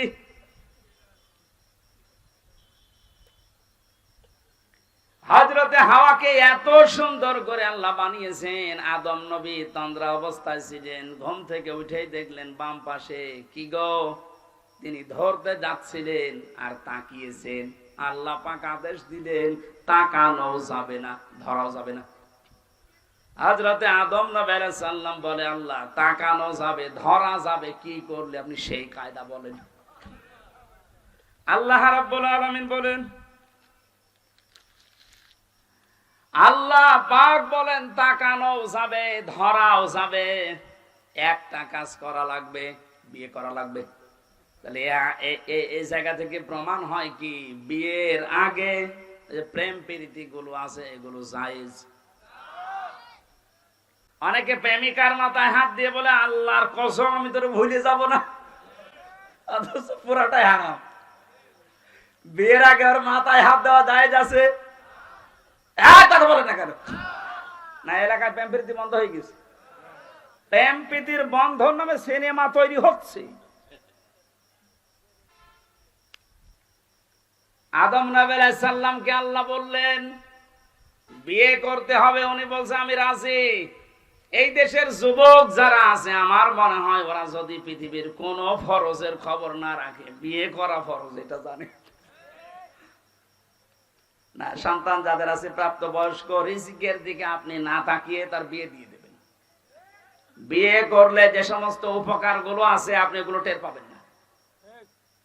আপনি মনে করছেন না, আজকে একটা ফেসবুকে একটা স্ট্যাটাস দিয়েছে এক মহিলা, বলছে আমি প্রতিষ্ঠিত হব, দরকার হয় বুড়ি হব, তারপরে বিয়ে করব। আল্লাহ যৌবনকে ভোগ করার জন্য যে সময়টুকু দিয়েছেন, এই সময় পার হয়ে গেলে আপনার দিকে তো কেউ তাকাবে না। এই জন্য মেয়েদের শুকরিয়া আদায় করা দরকার পুরুষের এই যৌন চাহিদাকে। এটা আছে বলে আপনি আজ এত দামি। কথা বলেন। পুরুষের এই চাহিদাকে যারা মর্যাদা দাম দিতে চায় না, সেই পরিবারগুলোতে আমরা দেখতে পাই এরা পরকীয়া প্রেমে লিপ্ত হয়। আপনি মুরব্বী মানুষের শুধু বুঝবেন না, পরকীয়া প্রেমে এলাকায় নেই।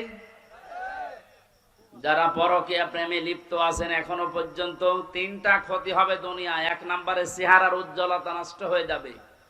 2 নম্বরে আপনার রিজিকের বরকত আল্লাহ কমিয়ে দেবে। 3 নম্বরে মরণের সময় আপনি ঈমান পাবেন না, বেঈমান হয়ে মরবেন। নাউজুবিল্লাহ বলে শেষ করে দিচ্ছেন, আর কিছু করবেন না।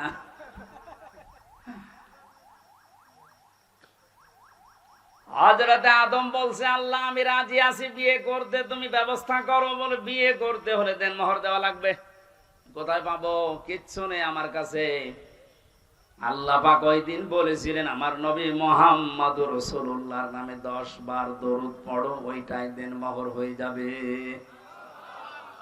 দেনমোহর শেষ, বিবাহ শাদী শেষ। আল্লাহ রাব্বুল আলামিন হযরত আদম আলাইহিস সালামকে এবার আদেশ দিলেন। এখানে আমি দুইটা শিক্ষা বলবো, আলেম যারা আছেন খেয়াল করেন।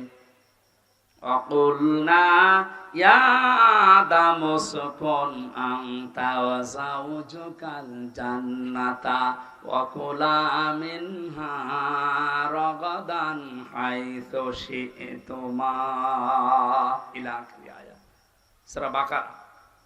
আল্লাহ পাক বলেন, আদম বিয়ে হয়ে গেছে, বউ নিয়ে বাড়ি চলে যাও। জান্নাত আমাদের বাবার বাড়ি। জান্নাত কথা বলেন না কেন? হযরত আদম আলাইহিস সালাম আমাদের বাবা, আদি পিতা, আমাদের পিতার বাড়ি আমাদের বাবার বাড়ি।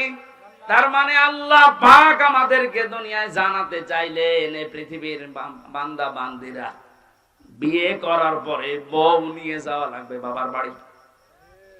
অথচ কত আল্লাহর ওলি এখানে বসে আছে, ঘর জামাই থাকে। আরে বিয়ে করে বউ বাবার বাড়ি নিয়ে যাওয়ার নিয়ম, আর আপনি সহ থেকে যাচ্ছেন।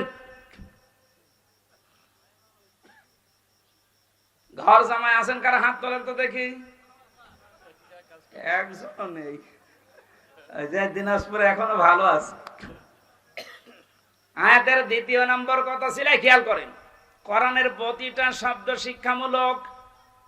আল্লাহ বলতেন, জান্নাতে যাও, তোমার স্ত্রীকে নিয়ে তোমার বাড়িতে চলে যাও।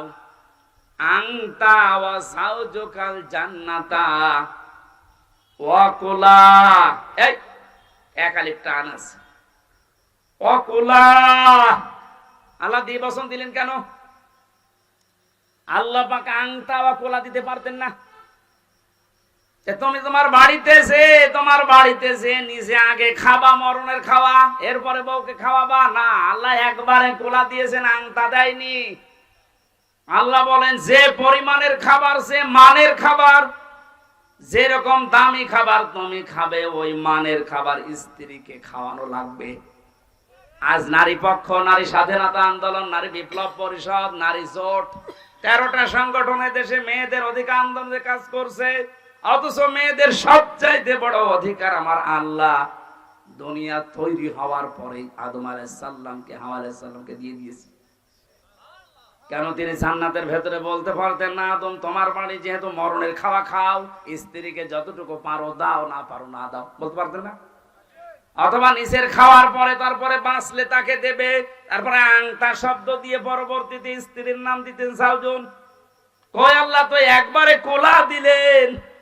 ও তামাম পৃথিবীর নাস্তিক, মুরতাদ, বেঈমান, উল্টা পাল্টা নারীদেরকে বসিয়ে ইসলাম বিদ্বেষী যারা বানাতে চান, আল্লাহ পাক মেয়েদেরকে যে অধিকার দিয়েছে কিয়ামত পর্যন্ত আপনি দিতে পারবেন না।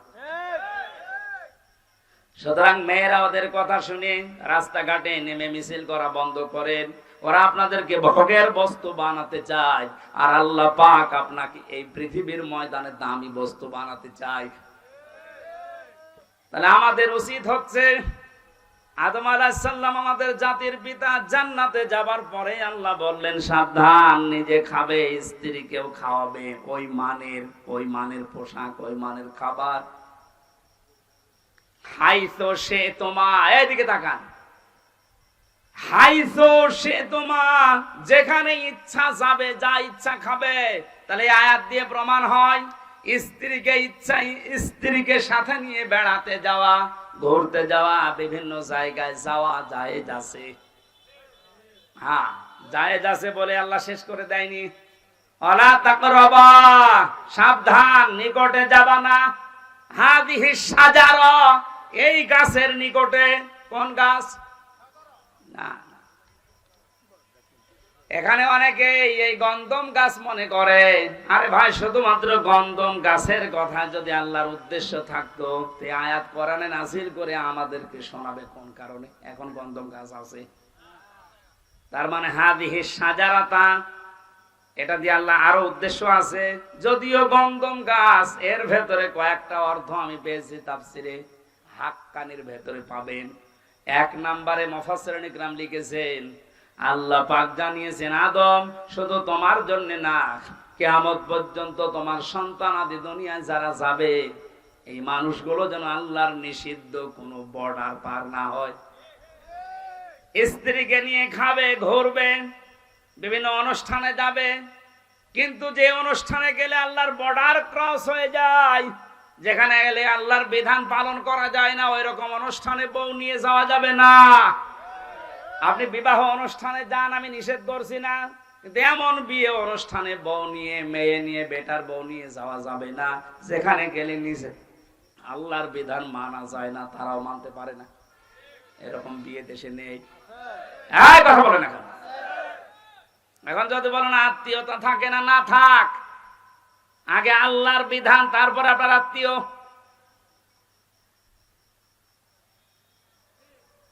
বিশ্ব নবীকে আল্লাহ জানাতে বলেছেন, নবী আপনি জানান লা তাআতা লিমাখলুকিন ইল্লা বিমাসিয়াতিল খালিক।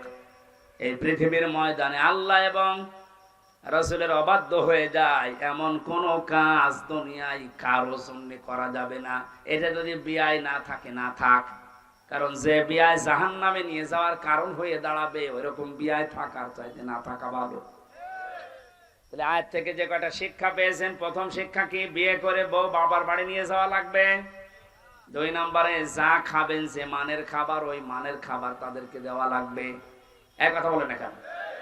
যেই মানের ঘরে থাকেন ওই রকম মানের ঘর তাদের ব্যবস্থা করা লাগবে। যেই মানের কাপড় আপনি পরেন, ওই মানের কাপড়ের ব্যবস্থা তাদের করা লাগবে।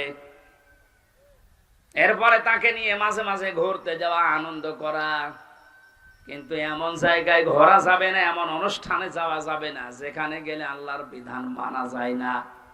আজ বাংলাদেশে এমন এমন দিবস নাম দিয়ে চালাচ্ছে, যে দিবসে গেলে ঈমানও যায়, আমলও যায়। নাম দিয়েছে শিশু মেলা, শিশু নেই, শুধু শিশুর খালারা আর মামারা, আর ওখানে গেলেই শুধু অ্যাক্সিডেন্ট হয়। কেন এরকম অ্যাক্সিডেন্টের মেলা নেই?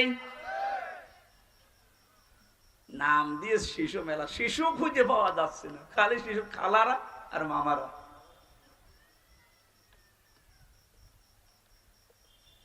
আমার ভাইরা, এই জন্য এমন কোন অনুষ্ঠানে, এমন কোন জায়গায় বউ নিয়ে আপনি যেতে পারেন না যেখানে গেলে আল্লাহর বর্ডার ক্রস হয়ে যায়, নিষিদ্ধ জায়গা হয়ে যায়। যদি যায়, আল্লাহ পাক বলেন ফাতাকুনা মিনাজ জালিমিন, দুইজনে কিন্তু জালেম হয়ে যাবে। হযরত আদম আলাইহিস সালামের যে সন্তান কাবিলের ভাগ্যে যে মহিলা জুটি ছিল, তাসলিমা আর আকলিমা, এই সুন্দর চেহারা নাই, এই জন্যে ওর আগের সিরিয়ালে যেটা এসেছে, এই মেয়েটাকে বিয়ে করার জন্য প্রস্তাব দিয়েছে আদম নবীকে। হযরতে আদম আলাইহিস সালাম সন্তানকে বললেন না, এটা সম্ভব না, আল্লাহর আইনের বিরুদ্ধে কাজ কখনোই করা যাবে না। ও তখন ফোন দিয়ে নিজের ভাই, যেটা সুন্দরী মেয়েটার সাথে বিয়ে হবে, আগে যদি ভাইকে সরিয়ে দিতে পারি তাহলে এই মেয়েটা আমার জন্য সহজ হয়ে যাবে, এই চিন্তা ভাবনা তার ব্রেনের ভেতরে ঢুকিয়েছে শয়তান। আল্লাহ পাক বলেন, ইযি ক্বাররাবা কুরবানান ফাতুকবিলা মিন আহাদিহিমা ওয়া লাম ইউতাকাব্বাল মিনাল আখার। হযরতে আদম আলাইহিস সালামের এই দুই সন্তান কোরবানি করেছিল আদম নবীর কথা মতো, যে চাটিয়াল ময়দানে পশু জবাই করে রেখে আসো, আকাশ থেকে আগুনের ঝলক এসে পুড়িয়ে ফেলবে। ওই জামানার কোরবানি ছিল এইটা। কথা বুঝতেছে?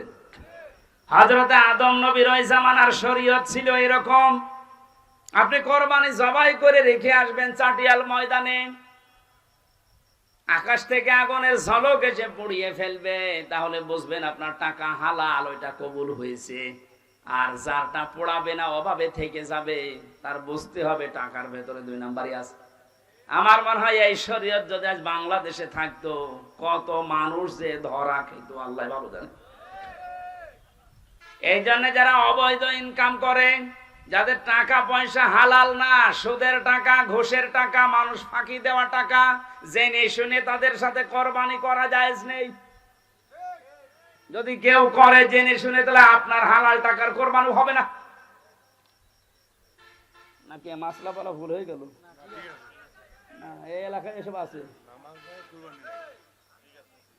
আপনি কোরআনে যত জায়গায় কোরবানি শব্দটা পাবেন, দেখবেন তার আগে আল্লাহ নামাজের কথা দিয়েছেন। ওলে ইন্না সলাতি ওয়া নুসুকি। এই যে সলাতি ওয়া নুসুকি, নুসুক শব্দের অর্থ তিনটা। এক নম্বরে কোরবানি, দুই নম্বরে হজের ক্রিয়াকলাপ, তিন নম্বরে ইবাদত বন্দিগি। আপনি এক নম্বরেই ধরেন কোরবানি দেওয়া। আল্লাহ আগে নামাজ, এরপরে কোরবানি দিয়েছেন। ফাসাল্লি লিরাব্বিকা ওয়ানহার, আপনি রবের নামে নামাজ পড়েন, এরপরে কোরবানি দেন।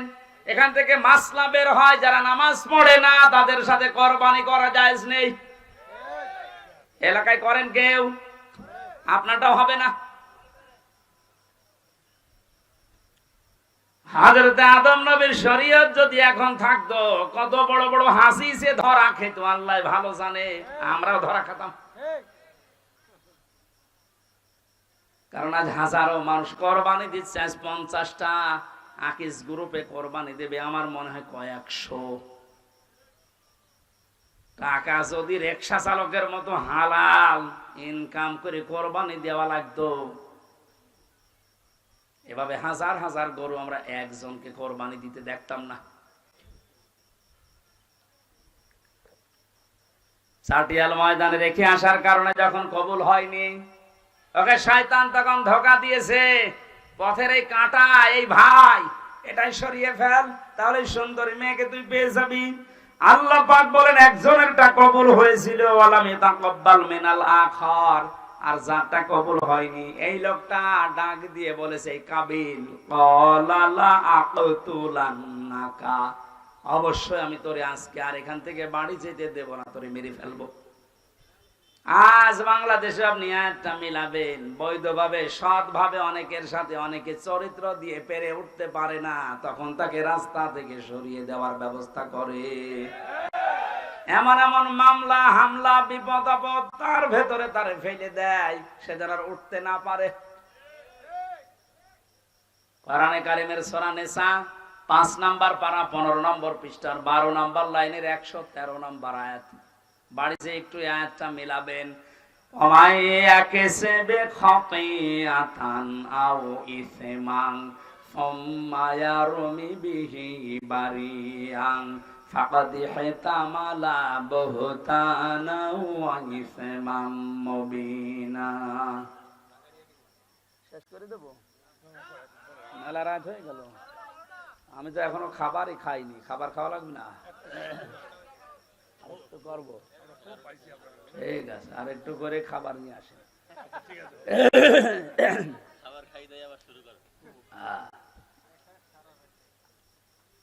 সূরা নিসার আয়াতের বর্ণনা বলছি।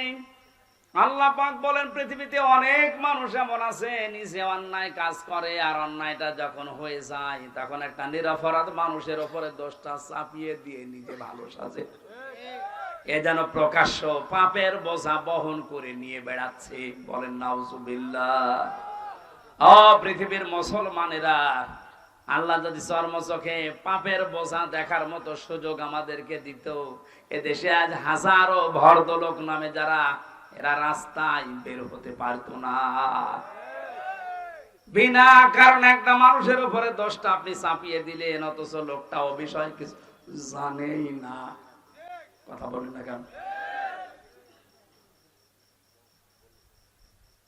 আল্লাহ তুমি আমাদেরকে বোঝার মতো রকম ঈমান এবং যোগ্যতা দান করো, বলেন আমিন। জীবন চলে যাবে, নিরপরাধ কোন মানুষকে আমরা যেন না ফাঁসাই। আপনি ওরে ফাঁসিয়ে ওর ক্ষতি করতে পারেননি, নিজে পাপের বোঝা আপনি বহন করে নিয়ে বেড়াচ্ছেন। হয়তো আজ আমাদের ওই চোখ নেই, তা আমরা দেখতে পাচ্ছি না। সাদা ধুতি পরে সুন্দরভাবে গোসল করে গোপ দাড়ি কেটে একেবারে ফেরেশতার মতো লাগতেছে আপনাকে। আপনি যে কাজ করে এসেছেন, এটা যদি সত্যি শরীরে লেখা থাকতো, আল্লাহ শুধু সাত্তার নামের ওসিলায় আপনার শরীরে এই গুনাহটা লিখে দেয়নি। উনি যদি সাত্তার নাম না নিত তাহলে আমরা যে যে অপরাধ করি ওইটা আমাদের শরীরের বিভিন্ন জায়গায় লেখা থাকতো, রাস্তায় বের হওয়া যেত। দিনাজপুর বাসে যখন ওটা কবুল হয়নি তখন হাত বাড়িয়েছে, আমি তোকে মেরে ফেলবো। যাকে মেরে ফেলার জন্য হুমকি দিয়েছে হযরতে আদম নবীর সন্তান হাবিল, এ কিন্তু আর হাত উত্তোলন করেনি মেরে ফেলার জন্য, তিনি একটা কথা শুনিয়েছিলেন ভাইকে। আজ আমরা যারা একামতে দিনের সাথে আছে, এদেশে ইসলাম কায়েম হোক, এই নেশা এই পেশা নিয়ে ঘুরি, তাদের ওই একই কথা। এত অত্যাচার, এত জুলুম, এত নির্যাতন সহ্য করার পরও আমরা পাল্টা আক্রমণ করি না। আমরা আদম নবীর সন্তান হাবিলের মতো এই কথাই বলি, ক্বালা ইন্নামা ইয়াতাকাব্বালুল্লাহু মিনাল মুত্তাকিন। হে ভাই কাবিল, তোমারটা কবুল হয়নি, এজন্য তুমি আমাকে মেরে ফেলতে চাও। আমি তোমাকে মারার জন্য হাত বাড়াবো না, তোমাকে মেরেও ফেলতে চাইবো না। ভালো করে শুনে রাখো, আল্লাহ পাক কিন্তু মুত্তাকি যারা তাদের কুরবানি দুনিয়ায় কবুল করে থাকেন। এই আয়াত দিয়ে প্রমাণ হয় সামনে কুরবানি কবুল হবে শুধু বাংলাদেশে তাদের, যে মানুষগুলো দুনিয়ায় মুত্তাকি। মুত্তাকি কি? আল্লাহকে ভয় করে, এই কথা আমরা সবাই জানি। মুত্তাকি না, পৃথিবীতে মুত্তাকি হওয়ার জন্য সবচাইতে সুন্দর যে সংজ্ঞাটা আমার ব্রেনে এসেছে, আমি দেখতে পেয়েছি, পৃথিবীতে যেখানে যার যেই দায়িত্ব, ওই দায়িত্বটা সঠিকভাবে পালন করার নাম হচ্ছে মুত্তাকি। এটা আজ বাংলাদেশের মানুষ যদি বুঝে ফেলতো, এদেশের কুরবানি সবারটা কবুল হয়ে যেত। যে যেখানে আসি ওই জায়গায় আমার দায়িত্ব কি আমি পালন করব, দুনিয়ায় একদিকে চলে গেলেও আমি পালন করব।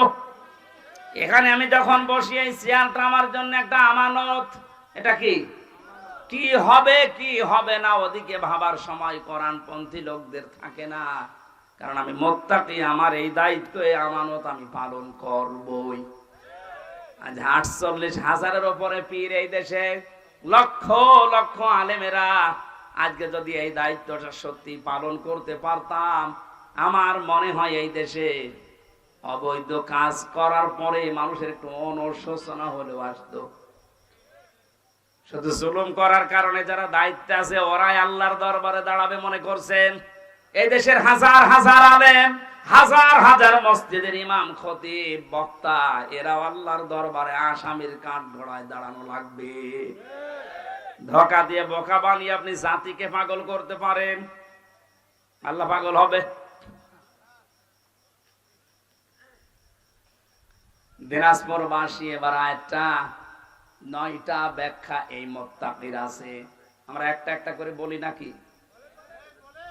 না, আপনাদের মনে হয় এরকম আগ্রহ আর নেই? আগ্রহ আছে যে বারবার ডিস্টার্ব করছে, কিছু বলছেন না? এই যে বারবার জয়বাদ দিল, বলে টাকা তোলেন, টাকা তোলেন। টাকা আমি তুলতে পারি? টাকা তোলার জন্য তো কিছু হাওয়া দেওয়া লাগে, দেশে হাওয়া পাবো কোথায়? ব্যাগ দিতে বলছে, এই মাহফিল এভাবে হয় না। আপনারা কি করছেন? আমরা তুললেন 9:45-এ। এ পর্যন্ত আপনারা যদি কালেকশনে ঠিক করতে না পারেন, আমি তো বললাম যে এগুলো পারি না। যারা নিয়ে যাচ্ছে, যারা দেওয়ার জন্য নিয়ে এসেছিলেন ওগুলোর বাড়ি নিয়েছে, এর না বিপদে পড়বেন, দিয়েছেন। আপনার অন্তত একটা টাকা হলেও যেন এই অনুষ্ঠানে থাকে। যারা যাচ্ছে একটু দেন তো, 2-4 মিনিটের ভেতরে আমরা যাব, এখন অনেক কথা বাকি। শেষ করে দেব। শোনেন, আমি জেলখানায় থাকাকালীন যে 2টা বই লিখেছিলাম, ও বই আছে আপনাদের কাছে? যে দাম্পত্য জীবনে মানুষের যে কলহ, ঝগড়া, ফ্যাসাদ, এগুলো মেটাতে হয় কি কিভাবে, আমি ওখান থেকে টুকে টুকে রেখেছিলাম। কারণ ওখানে আলেমদের কাছে ছিলাম, 76 জন আলেম ছিলাম এক জায়গায়। মাওলানা মামুনুল হক সহ বড় বড় আলেমরা ছিল। আমি বাইরে এসে 2টা বই এভাবে লিখেছি, দাম্পত্য জীবনের কলহ এবং তার সমাধান। প্রায় 19টা দেওয়া আছে। এখানে আছে, এই যে গাড়িতে আছে। কয়টা? 50টার মতো মনে হয় নারীদেরটা, ওটা নিয়ে যাবেন। আর পুরুষেরটা কয়েকটা আছে। ওটা যে উপহার দেবেন মেয়েকে, বউকে, ফুফুকে, মাকে, মেয়েদের আগে দেবেন। পুরুষের জন্য একটা আছে, আমি তো আজকে এসেছি ট্রেনে, এই জন্য আনতে পারি না, কয়েকটা আছে, নিয়ে যেন, কাজে লাগবে। পরকীয়া প্রেম থেকে মুক্ত হবে আমাদের পরিবারগুলো ইনশাআল্লাহ। যারা গেছে কি কই মানুষ তো দেখি না, টাকা পয়সা যারা নিয়ে এসেছেন একটু বের করেন, বের করে যারা দিচ্ছে ওনাদের সাথে মিলে দিয়ে দেন একটু তাড়াতাড়ি। সুবহানাল্লাহ, আলহামদুলিল্লাহ, লা ইলাহা ইল্লাল্লাহ, সুবহানাল্লাহ, আলহামদুলিল্লাহ, লা ইলাহা ইল্লাল্লাহ। কালকে একটা মাহফিল ছিল আমার সৈয়দপুরে, তো ওটা যে বন্ধ হয়ে গেছে আমি এখন জানি না, আজকে জানলাম। আমার বন্ধু মাওলানা মাহফুজুর রহমান, ওনার দিনাজপুরে আন-নুজুম একাডেমি আছে একটা, দিনাজপুর শহরে, ওখানে একটা সেমিনার আছে মনে হয় কালকে। কয়টায়? বিকাল 4টা থেকে 5টা পর্যন্ত 1 ঘন্টা আমি কথা বলবো ইনশাল্লাহ যদি সময় পাই। আপনাদের মনে হয় সাধারণ মানুষের জন্য না, না ওটা সবার জন্য উন্মুক্ত না, মনে হয় আলেমদের জন্য। যারা আলেম আছে এলাকাতে এবং এর প্রচার হচ্ছে আশপাশে, অন্তত আলেম যারা আছেন কালকে আসবেন। দিনাজপুর শহরের আন-নুজুম একাডেমি, কোন জায়গা ওটা? বালুয়াডাঙ্গা মোড়। ওখানে 4টা থেকে, বিকাল 4টা থেকে 5টা পর্যন্ত আমরা থাকবো ইনশাল্লাহ। এরপরে আমরা চলে যাবো কুষ্টিয়া। হয়ে গেছে আপনাদের?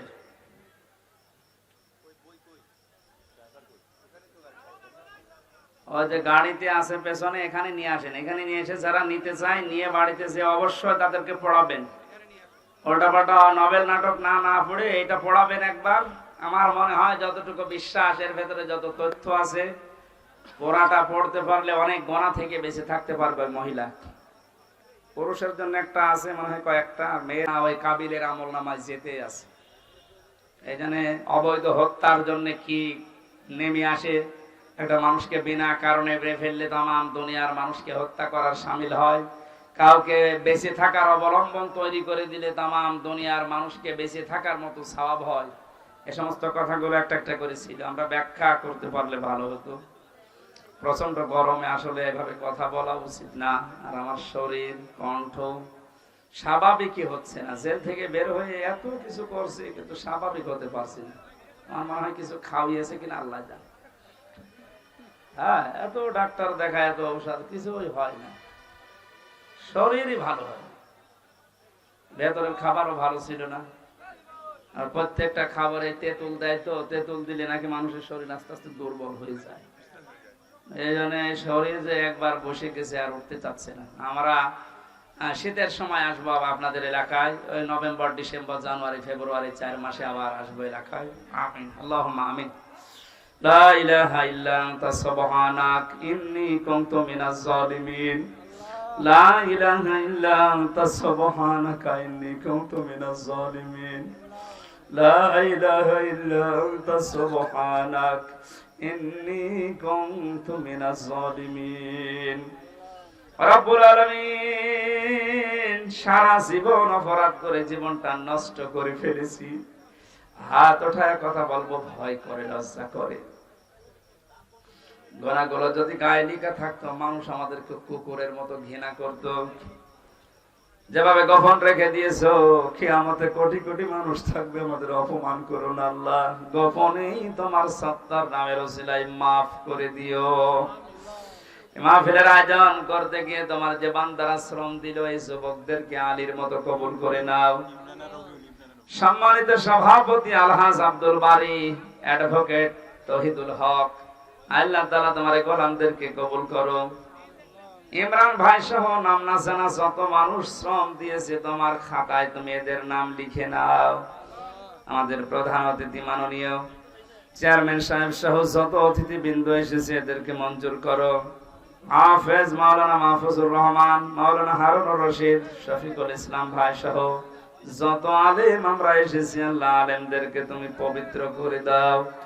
সম্মানিত মা বোনদেরকে খাদিজার মতো, আয়েশার মতো বানাও। তাদের রোগ শোক থেকে হেফাজত করো। প্রশাসনের উপরে তোমার রহমত নাযিল করো। আল্লাহ কোরবানির শিক্ষা যেগুলো, এগুলো আমাদের জীবনে তুমি সেট করে দাও। এই দিনাজপুর এলাকার মাটির নিচে যত মানুষ ঘুমিয়ে আছে, এদেরকে ক্ষমা করে দাও। আল্লাহ এলাকায় যত মানুষ ব্যবসা বাণিজ্য করে এদের ব্যবসা বাণিজ্যে বরকত দাও। চাষবাস করে যারা আল্লাহ তুমি তাদেরকে রুজিতে বরকত ঢেলে দাও। বারাকাল্লাহু লানা ওয়া লাকুম ফিল কোরআনিল আযীম। যখনই মরণ আসবে যেন পড়তে পারি লা ইলাহা ইল্লাল্লাহু মুহাম্মাদুর রাসূলুল্লাহ।